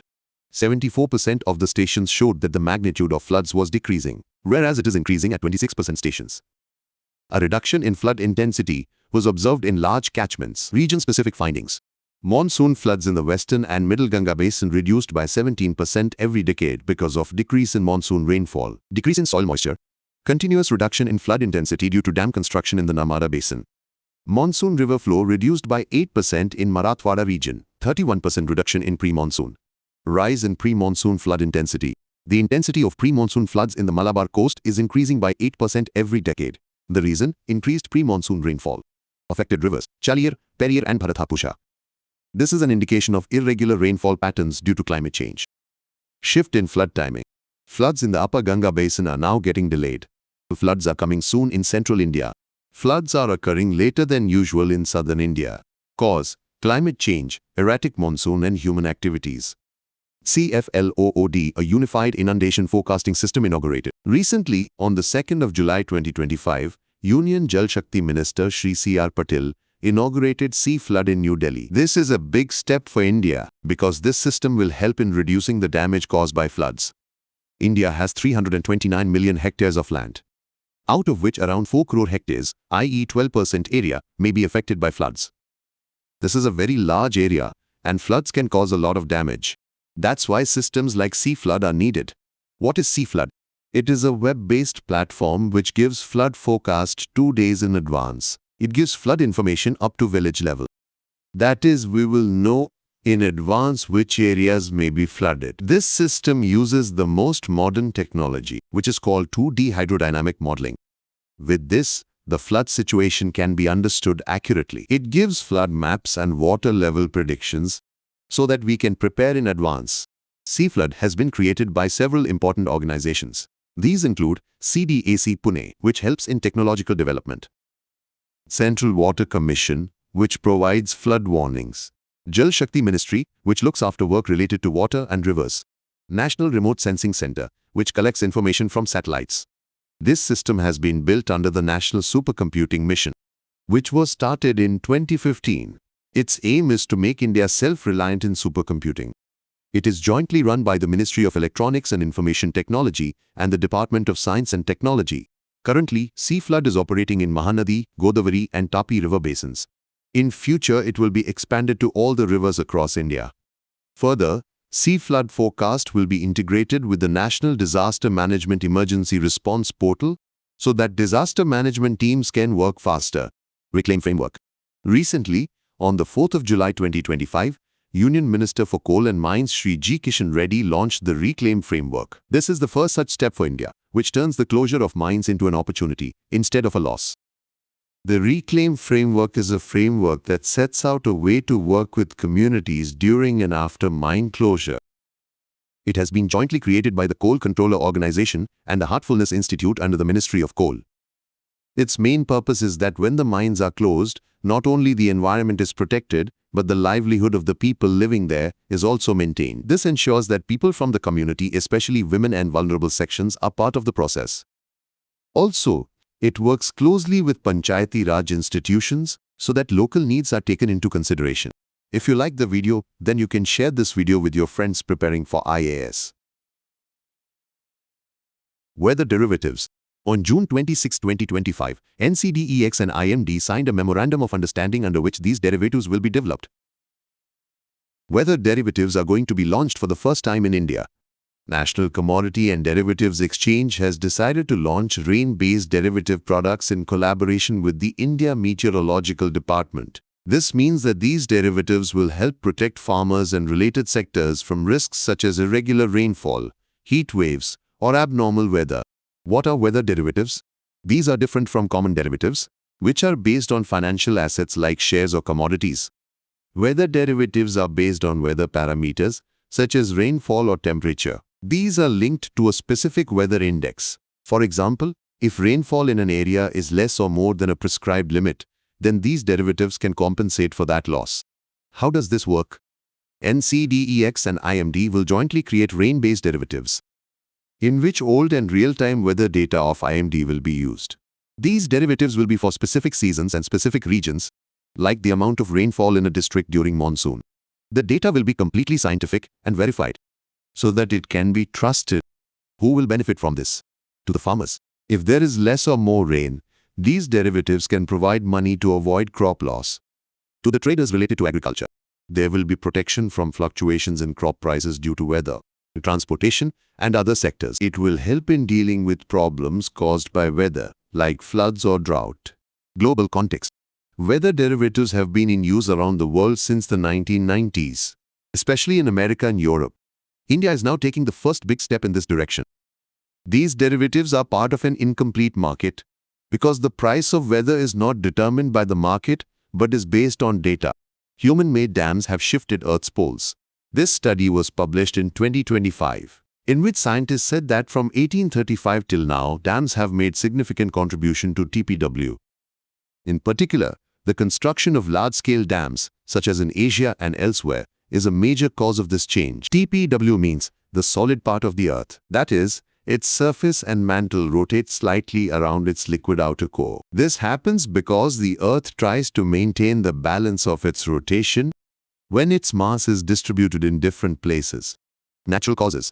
Previously, TPW was attributed to natural causes such as melting glaciers, melting ice sheets, shifting tectonic plates, and ocean waves. How do dams affect TPW? Dams store a lot of water, which would normally be in the oceans. When so much water moves away from the sea and collects on land, so the mass of the Earth shifts from one place to another. This causes the Earth's axis of rotation to change slightly. The study says that this change is not uniform. It depends on the size of the dams and their location. For example, larger dams such as the Bhakra Nangal or the Three Gorges Dam may have a greater impact. What is the effect of pole shift? The shifting of the poles can cause problems for satellites and space telescopes to stay on the right track, because they depend on the rotation of the Earth. Earth's days are getting longer, and this change is accelerating. This means that there is an increase of a few microseconds in a day. Winter fog experiment. On July 22, 2025, WIFEX completes 10 years. On this occasion, Dr. M. Ravichandran, Secretary Ministry of Earth Sciences, visited the WIFEX and SAFA control room at IITM Pune. What is WIFEX? WIFEX is a unique and one of the few long-running open-field experiments in the world focused solely on fog. It studies the dense fog that occurs during winter in North India, which severely impacts air, rail and road traffic. When and where did it start? WIFEX was launched in 2015 at New Delhi's Indira Gandhi International Airport. It is India's busiest and most fog-affected airport. Now this experiment has spread to Jivar Airport in Noida and Hisar in Haryana. Who is driving? It is run by the Indian Institute of Tropical Meteorology, Pune, which functions under the Ministry of Earth Sciences. The India Meteorological Department and the National Center for Medium-Range Weather Forecasting are also cooperating in this. What is the purpose? The main goal of WIFEX is to accurately predict fog, like when will the fog start, how dense will it be, how long will it last, and when will it end. It improves nowcasting and long-term forecasting for the next 6 hours. This helps in making airports, railways and road transport safe and smooth. How does it work? WIFEX has deployed advanced equipment such as micrometeorology towers, ceilometers, and high-frequency sensors. These collect data such as temperature, humidity, wind, soil heat, and aerosols. This has helped in understanding the process of formation and disappearance of fog. Its model predicts dense fog with more than 85% accuracy. On the 2nd of July 2025, the Tamil Nadu government announced that the deployment of 8,500 modules would be completed in 45 days, i.e., by September 2025. It is one of the 21 uninhabited islands located in the Gulf of Mannar Marine National Park in Tamil Nadu. It is situated on the southeastern coast between Rameswaram and Thoothukudi. The Gulf of Mannar is one of the 4 major coral reef areas in India, a treasure trove of marine biodiversity. What is TNSHORE project? The Tamil Nadu government has launched an ambitious project called Tamil Nadu Sustainably Harnessing Ocean Resources, which aims to save Kariyachalli Island and regenerate its marine biodiversity. This project has started from August 2025, and a budget of 50 crore rupees has been kept for this, in which the World Bank is also cooperating. If possible, please like the video and leave a good comment. This encourages us to make good videos. Chenab River. The Chenab River is a very important river.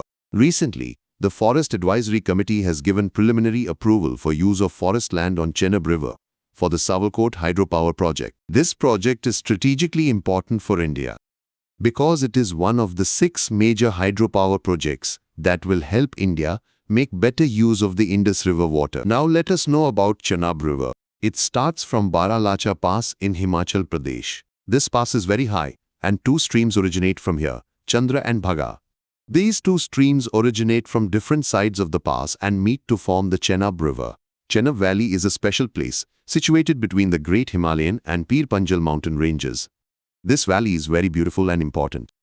Many small rivers join the Chenab River, such as Mir Nalla, Sohul, Tirot, Boot Nalla, Marusudar and Lidrari. All these rivers make Chenab more powerful.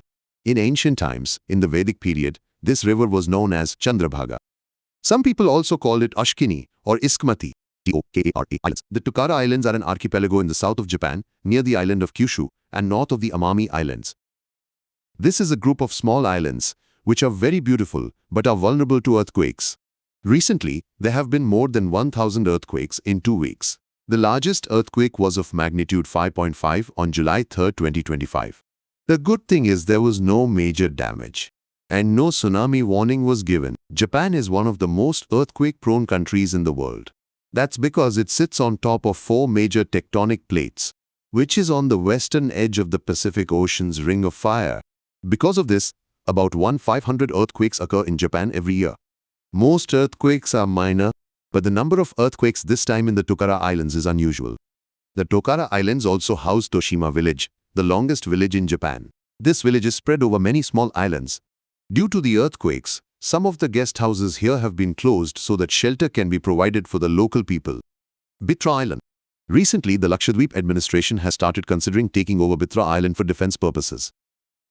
On July 11, 2025, the Revenue Department issued a notice stating that the entire land of Bitra could be handed over to defense and strategic agencies because this island is strategically very important. But local people and MP Hamdullah Saad have opposed it because this may lead to displacement of 105 families and the livelihood of the fishermen will be affected. Let us now know about Bitra Island. It is the smallest inhabited island of Lakshadweep, whose area is only 0.105 square kilometers.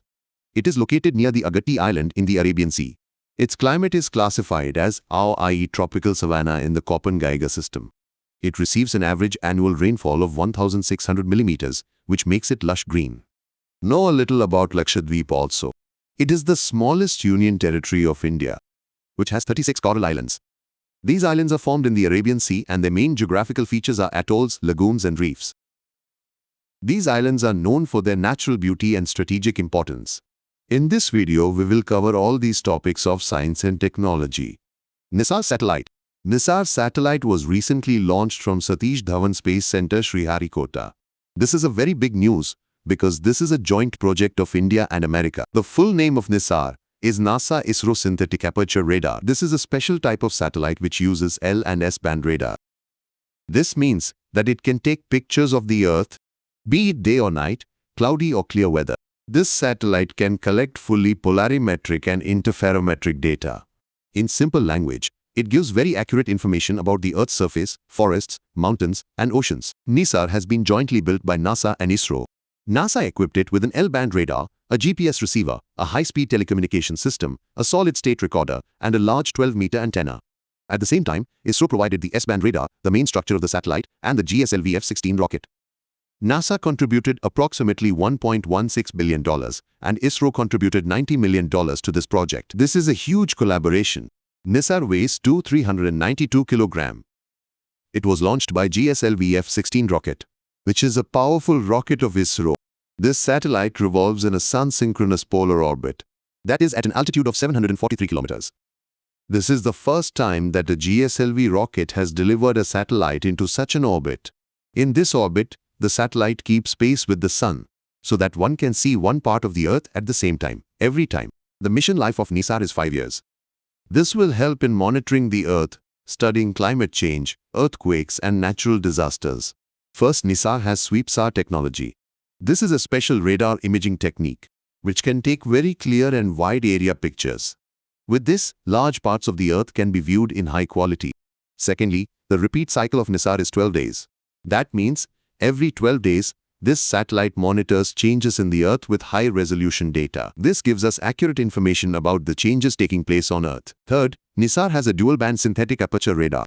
It has two types of radars. L-band radar, whose wavelength is 24 centimeters. It can see through forest canopy, snow, and soil. It helps in studying biomass and changes in the Earth's surface. S-band radar, whose wavelength is 12 centimeters. It is great for measuring the height of trees and the amount of melting snow. The special thing is that Nisar is the world's first satellite, which uses L-band and S-band radar simultaneously. Fourth, NISAR's antenna and resolution. It has a large reflector antenna, 12 meters in diameter, which can be opened. It is so powerful that it gives images as clear as a 20 kilometers diameter antenna on the ground. That means its pictures are very clear and detailed. Fifth, NISAR's open data policy. All the information obtained from this satellite will be available free to the scientific community. This will be of great benefit, especially to developing countries, because they will also be able to use this data. What does SAR mean? SAR is an active data collection technique. In this, the satellite sends an energy pulse, i.e., a beam of energy towards the Earth. Then, that beam hits the Earth's surface and bounces back, and the satellite records the returning energy. What makes SAR special is that it is different from optical imagery. In optical imagery, satellites record sunlight or energy radiated from the Earth, which is a passive method. But in SAR, the satellite itself sends energy and observes its reaction. This gives it accurate information about things like mountains, forests, sea ice, or soil moisture, be it day or night, cloudy or clear weather. Now the question is, why is it called synthetic? The answer is resolution. The clearer the picture a radar produces, the larger its antenna should be. For example, a clear picture of 10 meters would require an antenna 250 meters long, which is impossible to build. Synthetic aperture radar was created to solve this problem. In this, data is taken multiple times from a small antenna and then combined to create an effect as if there is a very large antenna. This allows us to get high-resolution images without the need for a huge antenna. If you like the video, then like it now. Black hole merger. Recently, an international network called LIGO Virgo Kagra, or LVK, captured the union of two very massive black holes. This discovery is very special because it is the largest black hole merger ever discovered. Of these two black holes, one had a mass 140 times that of our Sun and the other 100 times more. When these two meet, a new black hole is formed, whose mass is approximately 225 times that of the Sun. This event actually happened billions of years ago. But its gravitational waves have reached us now. These waves are tiny movements in space-time which are created by such big incidents. These waves were captured by the LVK network, which includes America's LIGO detector, Italy's Virgo, and Japan's Kagra. This discovery has been named GW231123, which is the official name of this gravitational wave. Recently, on July 14, 2025, this discovery was presented at a conference in Glasgow, Scotland. This network is LIGO Virgo Kagra, which is called LVK. This is a group of scientists from around the world, which captures gravitational waves. The first is LIGO, the Laser Interferometer Gravitational Wave Observatory. It is the world's largest gravitational wave observatory, which is supported by America's National Science Foundation.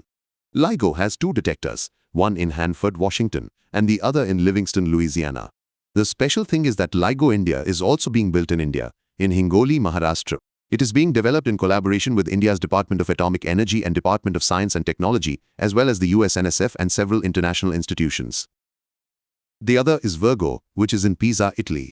It is hosted by the European Gravitational Observatory, which is a collaboration between Italy and France. Virgo also plays a very important role in detecting gravitational waves. The third is Kagra, built inside the Kamioka mine in Japan. It's in a unique location because there's very little noise deep in the mine, which makes it easier to catch the waves.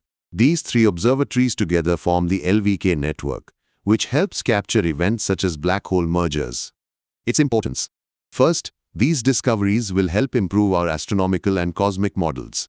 How do we get black holes? It will help in understanding how stars evolve and in improving models of the universe. These discoveries could lead to new theories in fields such as gravity, astrophysics, cosmology, and particle physics. Second, this discovery challenges our understanding of how black holes form. The black holes found in GW2311123 are the largest ever observed, one of which was 140 times bigger than the Sun, and the other was 100 times bigger. The new black hole is 225 times larger than the Sun. These black holes were not only huge, but were also rotating very fast. Because of this, their signal was very difficult to understand, and this shows that their formation can be a complex process. Third, these findings provide insight into hierarchical mergers. Scientists believe that such large intermediate black holes can be formed by repeated collisions of smaller black holes. Such a process may be responsible for the formation of supermassive black holes, which act like engines at the center of every spiral galaxy. Fourth, gravitational waves are a new tool.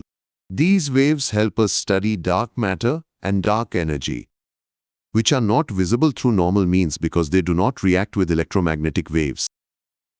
Gravitational waves are ripples in space-time, which are formed by the most violent and energetic events in the universe, such as black hole mergers.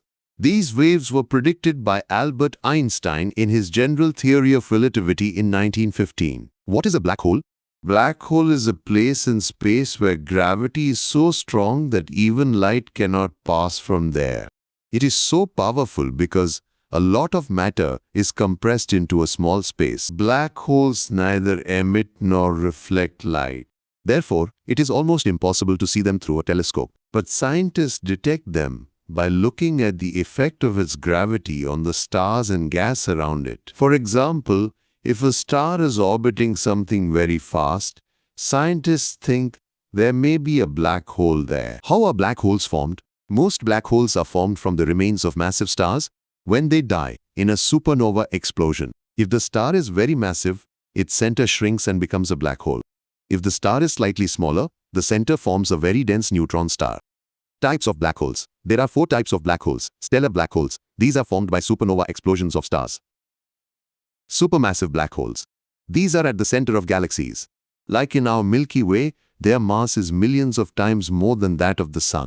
Intermediate black holes. These are between stellar and supermassive, as seen in GW231123. Primordial black holes. These may have formed early in the universe. However, concrete evidence of this has not been found yet. Bluetooth mesh networking. BitChat is a new peer-to-peer messaging app, which was started by the co-founder of Twitter. It works without any centralized server or phone network. Bluetooth low-energy mesh networking is used for this.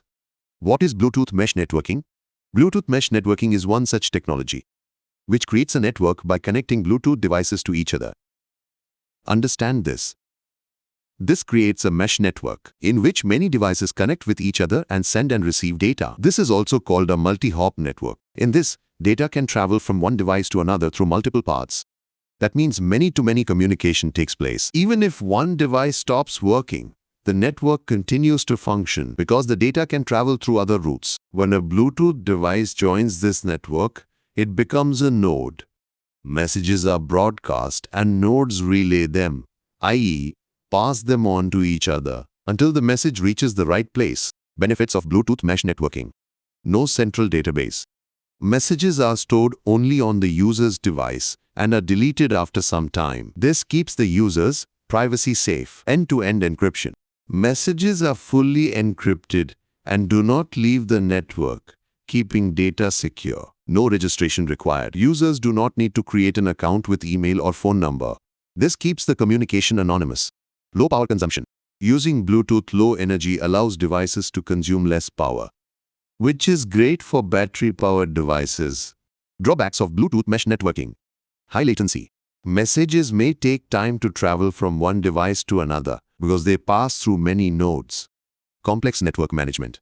It can be difficult to connect so many devices and manage the network.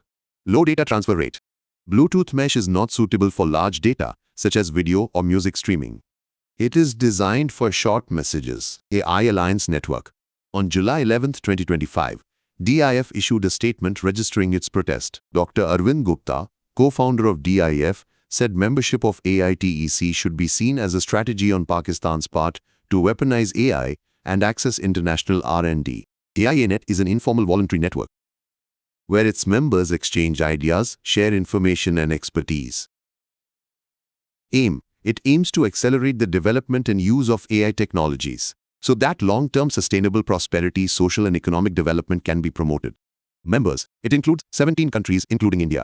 Management, it is operated by AI Alliance Russia. What is Digital India Foundation? DIF is a non-profit think tank which promotes digital inclusion and the use of the internet and related technologies for development. It is also a founding member of AIANET. DIF objects to AITEC membership. DIF has strongly opposed the application of Pakistan's AI Technology Center for membership in AIANET. The reasons for this are security concerns. DIF says there is a threat of weaponization of AI through Pakistan's support for terrorism, Financial Action Task Force surveillance, and AI Tech's specialized labs. This could threaten India's national security and the fundamentals of AIANET. Drawbacks of AI in Pakistan. According to DIF, Pakistan's AI ecosystem is weak in education, research, and governance. The national AI policy draft is vague, and there is no data protection law. Additionally, Pakistan's AI development is under the control of military institutions such as the Pakistan Air Force's CENTAIC, which undermines civilian innovation.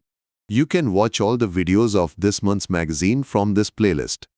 WHO launches 3 by 35 inches initiative. On the 2nd of July 2025, WHO launched 3 by 35 inches at the 4th International Financing Conference in Seville, Spain, which aims to increase the prices of unhealthy products such as tobacco, alcohol and sugary drinks by at least 50% by 2035. This increase will be through health tax. This initiative could generate additional revenue of $1 trillion globally over the next 10 years. It involves a collaborative coalition of development partners, civil society, academic institutions and national governments that works together.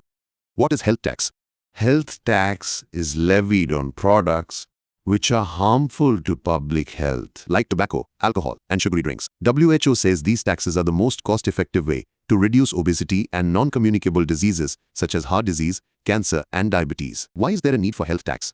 Consumption of tobacco, alcohol, and sugary drinks contributes to NCDs, which cause more than 75% of deaths worldwide. According to a recent report, a one-time 50% increase in the price of these products could prevent 50 million premature deaths over the next 50 years. These products create negative externalities and internal costs. For example, in 2012, tobacco use cost the global economy $1.4 trillion. A 50% tax hike could raise up to $3.7 trillion in revenue over 5 years. That is an average of $740 billion every year, which is 0.75% of the global GDP. NCDs impact low-income communities disproportionately. Health tax helps reduce these inequalities. Steps to reduce consumption of unhealthy products in India. India has taken several steps to control unhealthy products. Aerated beverages are levied at 28% GST and an additional 12% compensation cess. High-fat, sugar-salt food items attract 12% GST. FSSAI regulations. Trans fatty acids in food products are limited to 2% of total oils and fats, so that the impact of unhealthy foods is reduced. WHO, UNICEF data on immunization. On the 15th of July 2025, WHO and UNICEF released immunization data for 2024. Particularly praising India's progress. India set an example globally by reducing the number of zero-dose children by 43%. The 2024 data from WHO and UNICEF is the world's largest and comprehensive immunization dataset, showing vaccination trends against 14 diseases. Key findings. On a global scale, In 2024, 89% of infants worldwide will receive at least one dose of a vaccine containing diphtheria, tetanus, and pertussis. 85% of infants completed all 3 doses of DTP, which reflects the strength of routine immunization services. However, 14.3 million children remained zero dose. That means they did not receive any vaccine. This number is more than 12.9 million in 2019. Progress in India. India aims to reduce its number of zero-dose children by 43% by 2024, which will decrease from 1.6 million to 0.9 million in 2023. Zero-dose children are those who did not receive a single vaccine. DTP-3 coverage in India increased from 91% in 2023 to 94% in 2024, which is the highest in South Asia. What is Universal Immunization Program? UIP is a flagship public health program of India, which provides free vaccination to children and pregnant women. Beginning. It was launched in 1978 as Expanded Program on Immunization and rebranded as UIP in 1985. It provides free vaccination against 12 diseases, nationally: diphtheria, pertussis, tetanus, polio, measles, rubella, childhood tuberculosis, hepatitis B, and meningitis and pneumonia. Region-specific: rotavirus diarrhea, pneumococcal pneumonia, and Japanese encephalitis. National Rural Health Mission. UIP is a central part of this mission. Complete vaccination. A child is then considered fully vaccinated when he takes all the vaccines in the first year as per the national schedule. Achievements of UIP. India was declared polio-free in 2014. Neonatal tetanus elimination was achieved in 2015. India aims to achieve 94% DTP-3 coverage by 2024, higher than the global target of 90%. Major steps taken by India. Intensified Mission Indradhanush 5.0. The campaign focused specifically on improving measles and rubella vaccination coverage. UWin portal. This digital platform helps in monitoring and recording vaccination, which helped in reducing the number of zero-dose children. Regional reform. India's progress played a major role in increasing DTP-3 coverage from 90% to 92% in South Asia. If you liked the video, then you can share this video with your friends preparing for IAS. PHENOME India National BIOBNK. On the 6th of July 2025, Dr. Jitendra Singh, Union Minister of State for Science and Technology and Vice President, CSIR, inaugurated this biobank at CSIR IGIB in Delhi. This is a big step for India because it will work towards creating the country's first longitudinal health database. This biobank will enhance India's capabilities in precision medicine and biomedical research. The purpose of the biobank. Launch. This was started under the Phenom India project, which is based on the UK biobank model, but adapted to the diversity of India. Objective. It aims to diagnose complex diseases like diabetes, cancer, heart disease, and rare genetic diseases early, find better treatments, and strengthen the fight against them. This will create high-resolution data that will power AI-based diagnostics and gene-directed therapies. Coverage.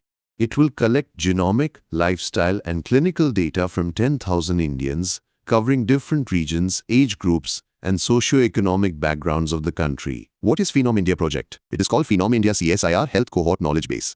It will be launched in 2023 by the Council of Scientific and Industrial Research. This is a long-term, data-rich study that will track people's health progress for several years. It aims to understand disease patterns, gene-environment interactions, and develop India-specific disease risk models. What is a phenome? It is the set of all the characteristics observed in an organism, cell, tissue, organ, or species. Phenotype. These are the visible physical characteristics of an organism, such as its appearance, development, and behavior. These characteristics are determined by the organism's genes and the influence of the environment. For example, your height or eye color is influenced by your genes and environmental factors such as diet. In this video, we will cover all these topics of culture. Chola, Gangam Lake. The Tamil Nadu government has recently announced that it will develop the 1,000-year-old Chola Gangam Lake. This lake is in Gangaikonda, Cholapuram, which is located in Ariyalur district of Tamil Nadu. This announcement was made during the Adi Thiruvathirai festival. This festival is held to celebrate the birth anniversary of Rajendra Chola I. Adi Thiruvathirai festival is very special. The festival commemorates the 1000th anniversary of Rajendra Chola's maritime expedition to Southeast Asia and the construction of the Gangaikonda Cholapuram temple. It also pays tribute to Tamil Saivate devotional traditions and the 63 Nayanmar saint poets who had the support of the Chola dynasty. This festival also reflects the Shaiva Siddhanta philosophy. Who was Rajendra Chola I? He was the son of Rajaraja I, the most powerful king of the Chola dynasty. His reign was from 1014 to 1044 AD. Now let's talk about Chola Gangam Lake. It is also called Poneri Lake. This lake was built by Rajendra Chola I. Because Rajendra Chola conquered the Ganga Valley. In celebration of this victory, he received the title of Gangaikonda Cholan, i.e., the Chola who conquered the Ganga. To commemorate this victory, he made Gangaikonda Cholapuram his capital. The Tiruvalangadu copper plates state that Rajendra defeated several kings, which also included Kalinga and Bengal's Pala king Mahipal. To honor this victory, Chola Gangam Lake and the Gangaikonda Cholapuram temple were built. The history of Chola Gangam Lake is very special. Holy water brought from river Ganges was poured into this lake. Hence it was named as Chola Gangam. Rajendra Chola I made it a symbol of his victory, like a liquid victory column. Later during the Vijayanagara period, this lake was known as Ponneri. The water of this lake comes from the Colonialism River, which is a branch of the Kaveri River. The formation of the lake is also unique. Its banks are strengthened with laterite stones, and these are made in oval shape. Its main purpose was to provide drinking water to Gangaikonda Cholapuram and irrigation for agriculture. Now let's talk about the Chola dynasty, which lasted from the 9th to the 13th century. The Cholas were initially minor chieftains under the Pallavas in Urayur. But in the 9th century, Vijayalaya Chola made the Chola dynasty powerful. The administrative system of the Cholas was very advanced. The Uttara Merur inscriptions show how well organized their administration and election system was. His kingdom was divided into mandalams, then Valnadu and Nadu. This was followed by smaller units, Kurram and Kottam. Local self-government was also special. In villages, there were assemblies called Sabha or Ur, whose members were elected through Kuravolai system. This was a kind of lottery system. There were two main taxes in the tax system, Vetti i.e. free labor and Kadamai i.e. land tax. The naval power of the Cholas was also amazing. Rajaraja Chola built a strong navy, which was further strengthened by Rajendra Chola. The most prominent example of this is his naval campaign against the Srivijaya Empire of Southeast Asia in 1025 AD. The Cholas had trade and diplomatic relations with Sri Lanka, China, the Maldives, and Southeast Asia. Their famous ports were Mahabalipuram, Kaveripattanam, and Korkai. The cultural achievements of the Cholas were also great. He built magnificent temples like Gangaikonda Cholapuram, Airavateswara, and Brihadiswara, which are today UNESCO World Heritage Sites. Also, the bronze sculptures of the Cholas, especially the statue of Nataraja, are world famous. Now we will learn about the three important temples of the Chola dynasty: Brihadishwara Temple, Gangaikonda Cholapuram Temple, and Airavateswara Temple. All of these are UNESCO World Heritage Sites and reflect the magnificent art and culture of the Cholas. First up, the Brihadiswara Temple. This temple is in Thanjavur district, and it was built by Rajaraja Chola, the first in 1010 AD. This Dravidian-style temple is dedicated to Lord Shiva. It is also known as Peruvudiyar Kovil. The inscriptions and paintings on the walls of this temple tell the story of the rise and fall of the city of Thanjavur. This temple is famous for its grandeur and is a UNESCO World Heritage Site. Now let's talk about Gangaikonda Cholapuram Temple. This temple is in Gangaikonda Cholapuram, and it was built by Rajendra Chola, the first in 1035 AD. This is also dedicated to Lord Shiva and is built in Dravidian style. Its plane is 55 meters high. This is also called Brihadeshwara Temple. The temple has stone sculptures of deities like Nataraja, Dakshinmurti, Harahari, Lingodbhava, Vishnu, Brahma, Mahishasura Mardini, and Ganana Saraswati. This is also a UNESCO World Heritage Site. Finally, the Airavateswara Temple. This temple is in Darasuram in Thanjavur district, and it was built by Rajaraja Chola II in the 12th century. This is also in Dravidian style and is dedicated to Lord Shiva. It is named after Lord Indra's white elephant, Airavat. The carvings and inscriptions on the temple tell stories from the Puranas. Its steps represent the 7 musical notes, which is very unique. This is also a UNESCO World Heritage Site. If you like the video, then like it now. Maratha Military Landscape. Maratha Military Landscape was selected as India's 44th World Heritage Site at the 47th session of the UNESCO World Heritage Committee. It reflects the cultural and historical heritage of India. Now let us know about the Maratha military scenario. It was included in the UNESCO World Heritage Tentative List in 2021. It consists of 12 magnificent forts, of which 11 are in Maharashtra and 1 in Tamil Nadu. The names of these forts are Salhe, Shivneri, Lohgarh, Khanderi, Raigad, Rajgarh, Pratapgarh, Suvarndurg, Panhala, Vijayadurg, Sindhudurg, and Jinji Fort in Tamil Nadu.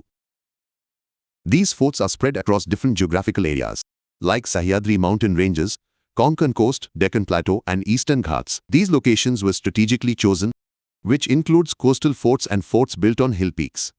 Their construction reflects the military vision and architectural skills of the Maratha Empire. The development of these forts began during the reign of Chhatrapati Shivaji Maharaj in the 17th century and continued till the 19th century under the rule of the Peshwas. These forts were important in strengthening the military power, trade protection and territorial control of the Maratha Empire. Now we will know in more detail about the 12 forts of the Maratha military landscape. The first one is Salhe Fort. It is a hill fort where an important battle took place between the Marathas and the Mughals in 1672. This is a witness to the Maratha military power. Second, Shivneri Fort. This is also a hill fort and the birthplace of Chhatrapati Shivaji Maharaj. Its historical and emotional significance is immense. Third, Lohgarh Fort. This hill fort is near the Buddhist caves of Bhaje. Its location was strategically very important. Fourth, Raigad Fort. It was chosen by Chhatrapati Shivaji as his permanent capital. This was the main center of the Maratha Empire. Fifth, Rajgarh Fort. It was earlier called Murumdev and is built on the Murumbadev hill. This was the first political capital of Hindavi Swaraj. Shivaji included it among his 17 forts during the Treaty of Purandar in 1665. Sixth, Jinji Fort. This is in Tamil Nadu, and it has 3 hill bastions and thick walls. This was the southern stronghold of the Maratha Empire. Seventh, Pratapgarh Fort. This is a hill forest fort where a major battle with Afzal Khan took place. This is an important part of Maratha history. Eighth, Panhala Fort. It is a plateau hill fort which became the capital of the Maratha kingdom under the rule of Tarabai. Ninth, Sindhudurg Fort. This is a fort built on an island in the Arabian Sea. Its location makes it strategically important. 10th, the Golden Fort. It is believed that it was built by the rulers of Bijapur in the 16th century. This is also built on an island. 11th, Khanderi Fort. It was built by Shivaji in 1679 to keep an eye on the Siddhis of Murud Zanjira. 12th, Vijayadurg Fort. This is a coastal fort which Shivaji won from Adil Shah of Bijapur and named it Vijayadurg. It is also called Gibraltar of the East. About the Maratha Empire. The foundation of the Maratha Empire was laid by Chhatrapati Shivaji Maharaj in 1674. They created an independent Maratha state from various kingdoms of the Deccan in the 17th century. At its peak, in the 17th and 18th centuries, the Maratha Empire stretched from Peshawar in the north to Thanjavur in the south. The capitals of this empire were Raigad Fort, Jinji, Satara and Pune. These places were the centers of Maratha power. The administrative system of the Maratha Empire was very organized. Shivaji formed a cabinet called Ashta Pradhan which had 8 ministers. These were Peshwa, i.e. Prime Minister. Amatya means Finance Minister. Secretary means Secretary. Minister means Minister of Internal Affairs. Senapati means Army Chief. Sumant means Foreign Minister. The head of the court, i.e. the Chief Justice. Panditrao means the Chief Priest. These ministers helped in running the empire smoothly. The tax policy was also special. There were 2 main taxes in the Maratha Empire. Country-loving, 10% tax on the income of the entire Maratha state.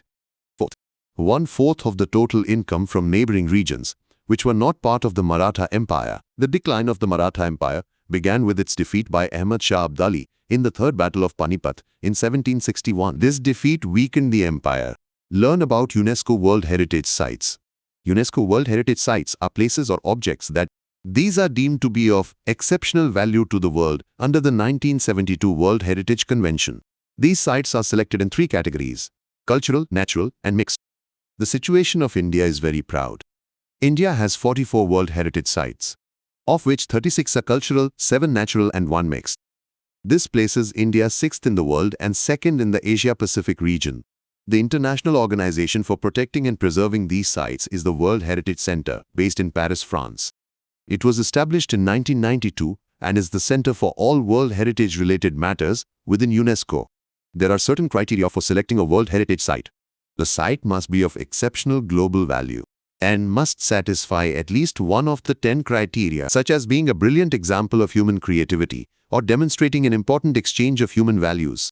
Each year, each country can propose only one site for nomination. The nominations are scrutinized by 2 organizations: International Council on Monuments and Sites for cultural sites, International Union for Conservation of Nature for natural sites.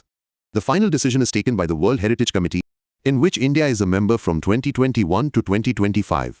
The main organization that manages these sites in India is the Archaeological Survey of India. You can watch the video of the 7th part of this magazine on science and technology on our channel. International Chess Federation Chess Championship. Recently, 19-year-old Divya Deshmukh created history by winning the FIDE Women's World Cup in Batumi, Georgia. She defeated her compatriot Korniru Humpy in the final. This is the first time an Indian woman has won this title. Highlights of this win. With this win, Divya Deshmukh became India's fourth woman Grandmaster. Before her, Koneru Hampi, Dronawalli Harika and R. Vaishali have achieved this feat. Divya has qualified for the 2026 FIDE Women's Candidates Tournament. This tournament is the next step to the World Championships. Other recent achievements of Indian players. In 2024, GM Gukesh Tommaraju won the title of World Chess Champion at the age of 18 by defeating Ding Liren. He became the youngest world champion. At the 45th FIDE Chess Olympiad in 2024 in Budapest, Hungary, both India's men's and women's teams won gold medals. The women's team included Harika, Vaishali, Divya, Vantika and Tanya. In 2023, GM Pragnanandha Ramesh Babu created history by reaching the FIDE World Cup final at the age of 18. He became the second Indian to achieve this feat after Vishwanathan Anand. What is the FIDE World Championship cycle? It is a major tournament of FIDE, which selects 3 players for the Women's Candidates Tournament. Candidates Tournament. This is the last leg of the World Championships. It features 8 players playing in a double round-robin format. The winner of this tournament plays a World Championship match against the reigning world champion. Methods of qualification into the Candidates Tournament. The runner-up of the previous World Championship match. The top 3 players of the FIDE World Cup. The top 2 players of the FIDE Grand Swiss Tournament. The winner of the FIDE Circuit. The player with the highest FIDE rating in January of the year of the Candidates Tournament. World Chess Championship Match. It is played between the reigning world champion and the winner of the Candidates Tournament. About FIDE, i.e. International Chess Federation. It is the governing body of the game of chess and regulates all international chess competitions. It began as a non-governmental organization in 1924 in Paris. In 1999, it was recognized by the International Olympic Committee as a global sports organization. Its headquarters is in Lausanne, Switzerland. Members, it includes national chess federations from 201 countries. Kashmiri Pashmina Shawl. The Prime Minister of India gifted Kashmiri Pashmina Shawl to top leadership of Ghana during his visit. The Kashmiri Pashmina Shawl is very special and is woven from the soft inner fibers of the Changthangi goat. The Changthangi goat, also known as the Pashmina goat, is raised in the high hill regions of Ladakh. This shawl is world famous for its softness and warmth. The Prime Minister also gifted some other exquisite handicrafts from Ghana. Let's learn about them. Bidri ware vase. These vases are made from an alloy of zinc and copper. Their color is black and fine silver carvings are done on them. They feature floral designs which symbolize beauty, prosperity and harmony. Silver filigree purse. This is known as Tarakasi Kala.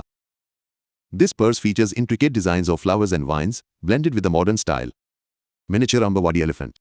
It is made from polished faux ivory, which is an ethical alternative to natural ivory. This handicraft is eco-friendly. Note, this is a one-off handicraft, which has not received the GI tag. You can watch all the videos of this month's magazine from this playlist. Piprahwa Relics. Recently, the sacred relics of Lord Buddha, known as the Piprahwa Relics, have been brought back to India. This is a proud moment for India, because these relics are related to our ancient heritage in Buddhism. What are the Piprahwa remains? These remains were discovered in 1898 by British civil engineer William Claxton Pepe at Piprahwa in Siddharthnagar, Uttar Pradesh. Importance. These relics are believed to be related to the physical remains of Lord Buddha. Properties. These include gifts such as bone fragments, small caskets of soapstone and crystal, a sandstone coffin and gold jewelry. Time. These remains were preserved around the 3rd century BCE. An inscription in Brahmi script on one of the caskets confirms that these are relics of the Buddha, which were preserved by the Shakya dynasty. Current status. In India, they are considered AA category antiquities. This means that it is legally prohibited to take or sell them out of the country. Ethics. Celebrities and endorsement of products. Celebrities, such as actors, TV hosts, or athletes, have a great influence on our thinking. People listen to him and want to be like him. But recently, a big case came to light. The Enforcement Directorate accused several big celebrities of promoting illegal betting apps. These apps are linked to gambling and money laundering, which is against the law. This has happened before. Some celebrities have promoted tobacco, alcohol, junk food, or unregulated crypto platforms that are harmful to society. This raises the question, should celebrities use their influence in the right way? Let us understand this in depth. the people involved and their interests. There are four main parties in this case. Celebrities. Why do celebrities endorse products? To earn money and increase your brand value. But it is also their responsibility to do good to the society. If they promote the wrong products, their reputation is damaged. He should show morality as a role model. Companies and platforms. Companies hire celebrities to sell more of their products. But they should also follow the law and fulfill their responsibility towards the society. Government institutions. The government and its agencies, like ED, enforces the law. Their job is to protect people from illegal activities, such as money laundering or gambling. They also ensure that people do not get cheated. Society, especially the youth. Youngsters like you are very influenced by celebrities. But if celebrities promote the wrong products, you may make wrong decisions. This can put you at risk of harm, addiction, or getting involved in illegal activities. Ethical questions surrounding celebrity endorsement. We will now look at some key ethical issues. It is important to understand this so that you can differentiate between right and wrong. Freedom of the people and correct information. Many times, celebrities use emotions in promotion and hide the disadvantages of the product. For example, someone might describe a betting app as fun, but might not mention that it can lose money. This is wrong. Kantian ethics says that people should be given accurate information with respect, not just resources. In India, ASEI rules state that the advertisement must clearly state that it is an ad. Also, the promotion must not contain any false claims. Responsibility and accountability. Gandhiji's trusteeship principle says that famous people should use their fame for the welfare of the society. If a celebrity promotes a wrong product, so he is not fulfilling his responsibility. The Consumer Protection Act 2019 also states that if a celebrity makes a false or misleading advertisement, he or she can be punished. To do good and not harm. Celebrities have a duty to do good to society and protect it from harm. But many times they don't do that. For example, some celebrities go on TV to say that sugar is bad, but promote chocolate or ice cream. This double standard is wrong. They should promote only those products which are safe for the society. The ethics of role models. Virtue ethics states that a role model should be honest, sensible, and responsible towards the society. If a celebrity repeatedly promotes the wrong products, then his moral credibility becomes weak. People stop trusting him. Challenges in preventing endorsement of harmful products by celebrities. It is important to understand that it is not so easy to stop celebrities from promoting wrong products. Let us understand some of the key challenges. The greed for money trumps morality. Celebrities get paid a lot of money for endorsements. This money is so much that they forget morality. For example, a celebrity endorses a product for money without caring whether it is harmful or not. Lack of correct information. Many times companies give wrong or incomplete information to celebrities. Celebrities do not check the product themselves and trust what the company says. Due to this, they unknowingly promote wrong products. The culture of celebrity worship. In our society, people like celebrities a lot, as if they were gods. If anyone takes action against them, so people get angry. This makes it difficult for the government or agencies to hold them accountable. New products and old rules. Nowadays, new products like online betting apps or digital currencies are emerging rapidly. But our laws do not change so quickly. During this time period, companies and celebrities promote wrong products. Lack of resources for monitoring. Government agencies do not have enough people or technology to monitor every advertisement. There are so many advertisements on TV, social media, and the internet that it is difficult to check them all. The path to ethical celebrity endorsement. Now the question is, what is the solution to this problem? Let's look at some solutions that celebrities, companies, government, and society can take to improve. Self-examination of celebrities. Celebrities should make some rules for themselves. They should check the legality and safety of the product. Also, it should be clearly stated that this promotion is for money. Besides, they should use their fame for good deeds, such as promoting health, environment, legal awareness, or financial education. Responsibility of companies. Companies should not just think about profits. They should fulfill their responsibility towards the society. They should only promote products that are safe and legal. Strong legal framework. The government should make strict regulations for certain sectors, such as gambling or finance. It is necessary to make it clear in advertisements that this is a promotion. Also, a self-regulatory group of celebrities, experts, and common people can be formed to monitor advertisements. Awareness among people.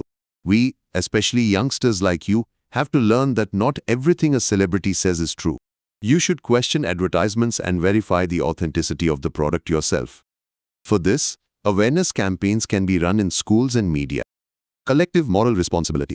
Moral behavior should not be done just out of fear of punishment. Celebrities, companies, and society should think together about what good they can do for the society. This is a collective responsibility. Schemes in news. Prime Minister Kisan Samman Yojana. Recently, the government has approved an additional budget of 1,920 crore rupees for this scheme, which will run during the 15th Finance Commission IE from 2021-22 to 2025-26. This scheme is to strengthen the food processing sector. What is PMKSY? This is a central scheme, which is run by the Ministry of Food Processing Industries. Its aim is to create a strong system from farming to the market so that farmers get better income, employment increases, and crop wastage is reduced. What are its main objectives? Creating modern infrastructure, cold chain and other facilities to keep crops safe from farm to store. Increasing farmers' income. They should get better prices for their crops. Employment opportunities. Jobs should increase, especially in rural areas. Reducing wastage. Preventing wastage of fruits and vegetables and increasing processing. Increasing exports. To strengthen the country's economy by increasing the export of processed food items. What are its main parts? There are several parts to this plan, which helps in different ways. Let us understand these one by one. Integrated cold chain and value addition. This part creates cold storage and other facilities to keep the crops fresh from the farm to the consumer. It is created by companies, cooperatives, farmer-producer organizations, or NGOs. For example, cold chain is created for fruits and vegetables under a scheme called Operation Greens. Agro-processing cluster. It sets up small-scale food processing units, which function like mega food parks. For this, at least 10 acres of land is required. This increases processing at the local level. Food processing and preservation capabilities. This part helps in creating or expanding processing units in mega food parks and clusters. It can be started by any individual, FPO, NGO, or private company. Food safety and quality. It creates food testing laboratories and promotes global certifications such as HACCP, ISO 22000 so that our foods are safe and of high quality. Human resources and research. Under this scheme, 100 research projects have been approved which will develop new technologies in food processing. Operation Greens. This component was introduced in the 2018-19 budget, which was previously for tomatoes, onions and potatoes. But in 2021-22, it was extended to 22 pair crops. There are two types of interventions. Long-term, developing the entire value chain of crops. Short-term, it was extended to all fruits and vegetables under Atmanirbhar Bharat Package 2020. Special things. If there is some money left in any part, so it can be used for new projects, the budget of the scheme can be changed up to 25% as per the requirement, which is approved by the Minister of the Ministry. This scheme is being promoted to reach as many people as possible so that everyone can take advantage of it. Places in news. Now we will talk about some special places from the map of India which are in the news recently. We have already read about many of these places in this magazine. Himachal Pradesh. Jazia, the traditional polyandrous marriage practice of the Hatti tribe, is in the news. Uttarakhand. The first assessment of tourist potential took place in Nainital. Security forces were deployed in Panj range on the Jammu and Kashmir border. Uttar Pradesh. 4th International Yoga Day Summit in Kashi and leopard population in Dudhwa Tiger Reserve increased by 88.81%. Gujarat. The translocation of Chinkara to the Banni grassland and collapse of the bridge over the Mahi River are in discussion. Lakshadweep. 50% loss of coral cover and land acquisition for defense purposes over 24 years. Bihar. A petition was filed in the Supreme Court against the act in the Bodh Gaya temple complex. Maharashtra. Maratha military landscapes added to UNESCO World Heritage List. Tamil Nadu. 1000 years of Chola Yatra celebrated at Brihadishwara Temple. Assam. The third densest tiger area in Kaziranga Tiger Reserve, Kanchan tree plantation and river erosion on Majuli Island are in the news. Sikkim. Chola Post, which is linked to the India-China border dispute, opened for tourism. Now we will talk about some special places in the world which are in the news recently. We have already read about many of these places in this magazine. Syria. For the first time, an interim government has been formed, which is bringing change in the country. Sierra Leone. 2/3 of the Yungay Turtle Islands have sunk into the sea. Ghana. First visit by an Indian PM after 30 years. Bolivia. 3 lakh doses of vaccine sent amid measles rubella outbreak. Lesotho, India and Lesotho deepen ties during foreign affairs visit. Lake Turkana, scientists extract proteins from 18 to 20 million-year-old extinct mammal. United Arab Emirates, India and UAE strengthen defense partnership. JDCC meeting held in New Delhi. Russia, magnitude 8.3 earthquake strikes Kamchatka Peninsula and tsunami threat. China, dam construction on the Brahmaputra River begins. Tokara Islands, more than 1,000 earthquakes occurred, area shook. Ethiopia, work on the Grand Ethiopian Renaissance Dam on the Blue Nile River is completed. Cambodia and Thailand, dispute over ancient Piprahwa temple, included in UNESCO list. Maldives, PM Modi celebrates 60 years of diplomatic friendship. Vanuatu, sought recognition of environmental destruction as ecocide at the ICJ. Zimbabwe, wise use of wetlands rule enacted at Ramsar COP15. Indonesia, rising sea levels and erosion a concern on Kariyachalli Island. Namibia, enhanced cooperation with India on diamond trade. New Caledonia, France agrees to grant more autonomy. You can also see other parts of this magazine from the description box of this video or from this end screen. If you like this video, then do not forget to like and share this video and subscribe to the channel NoName IAS.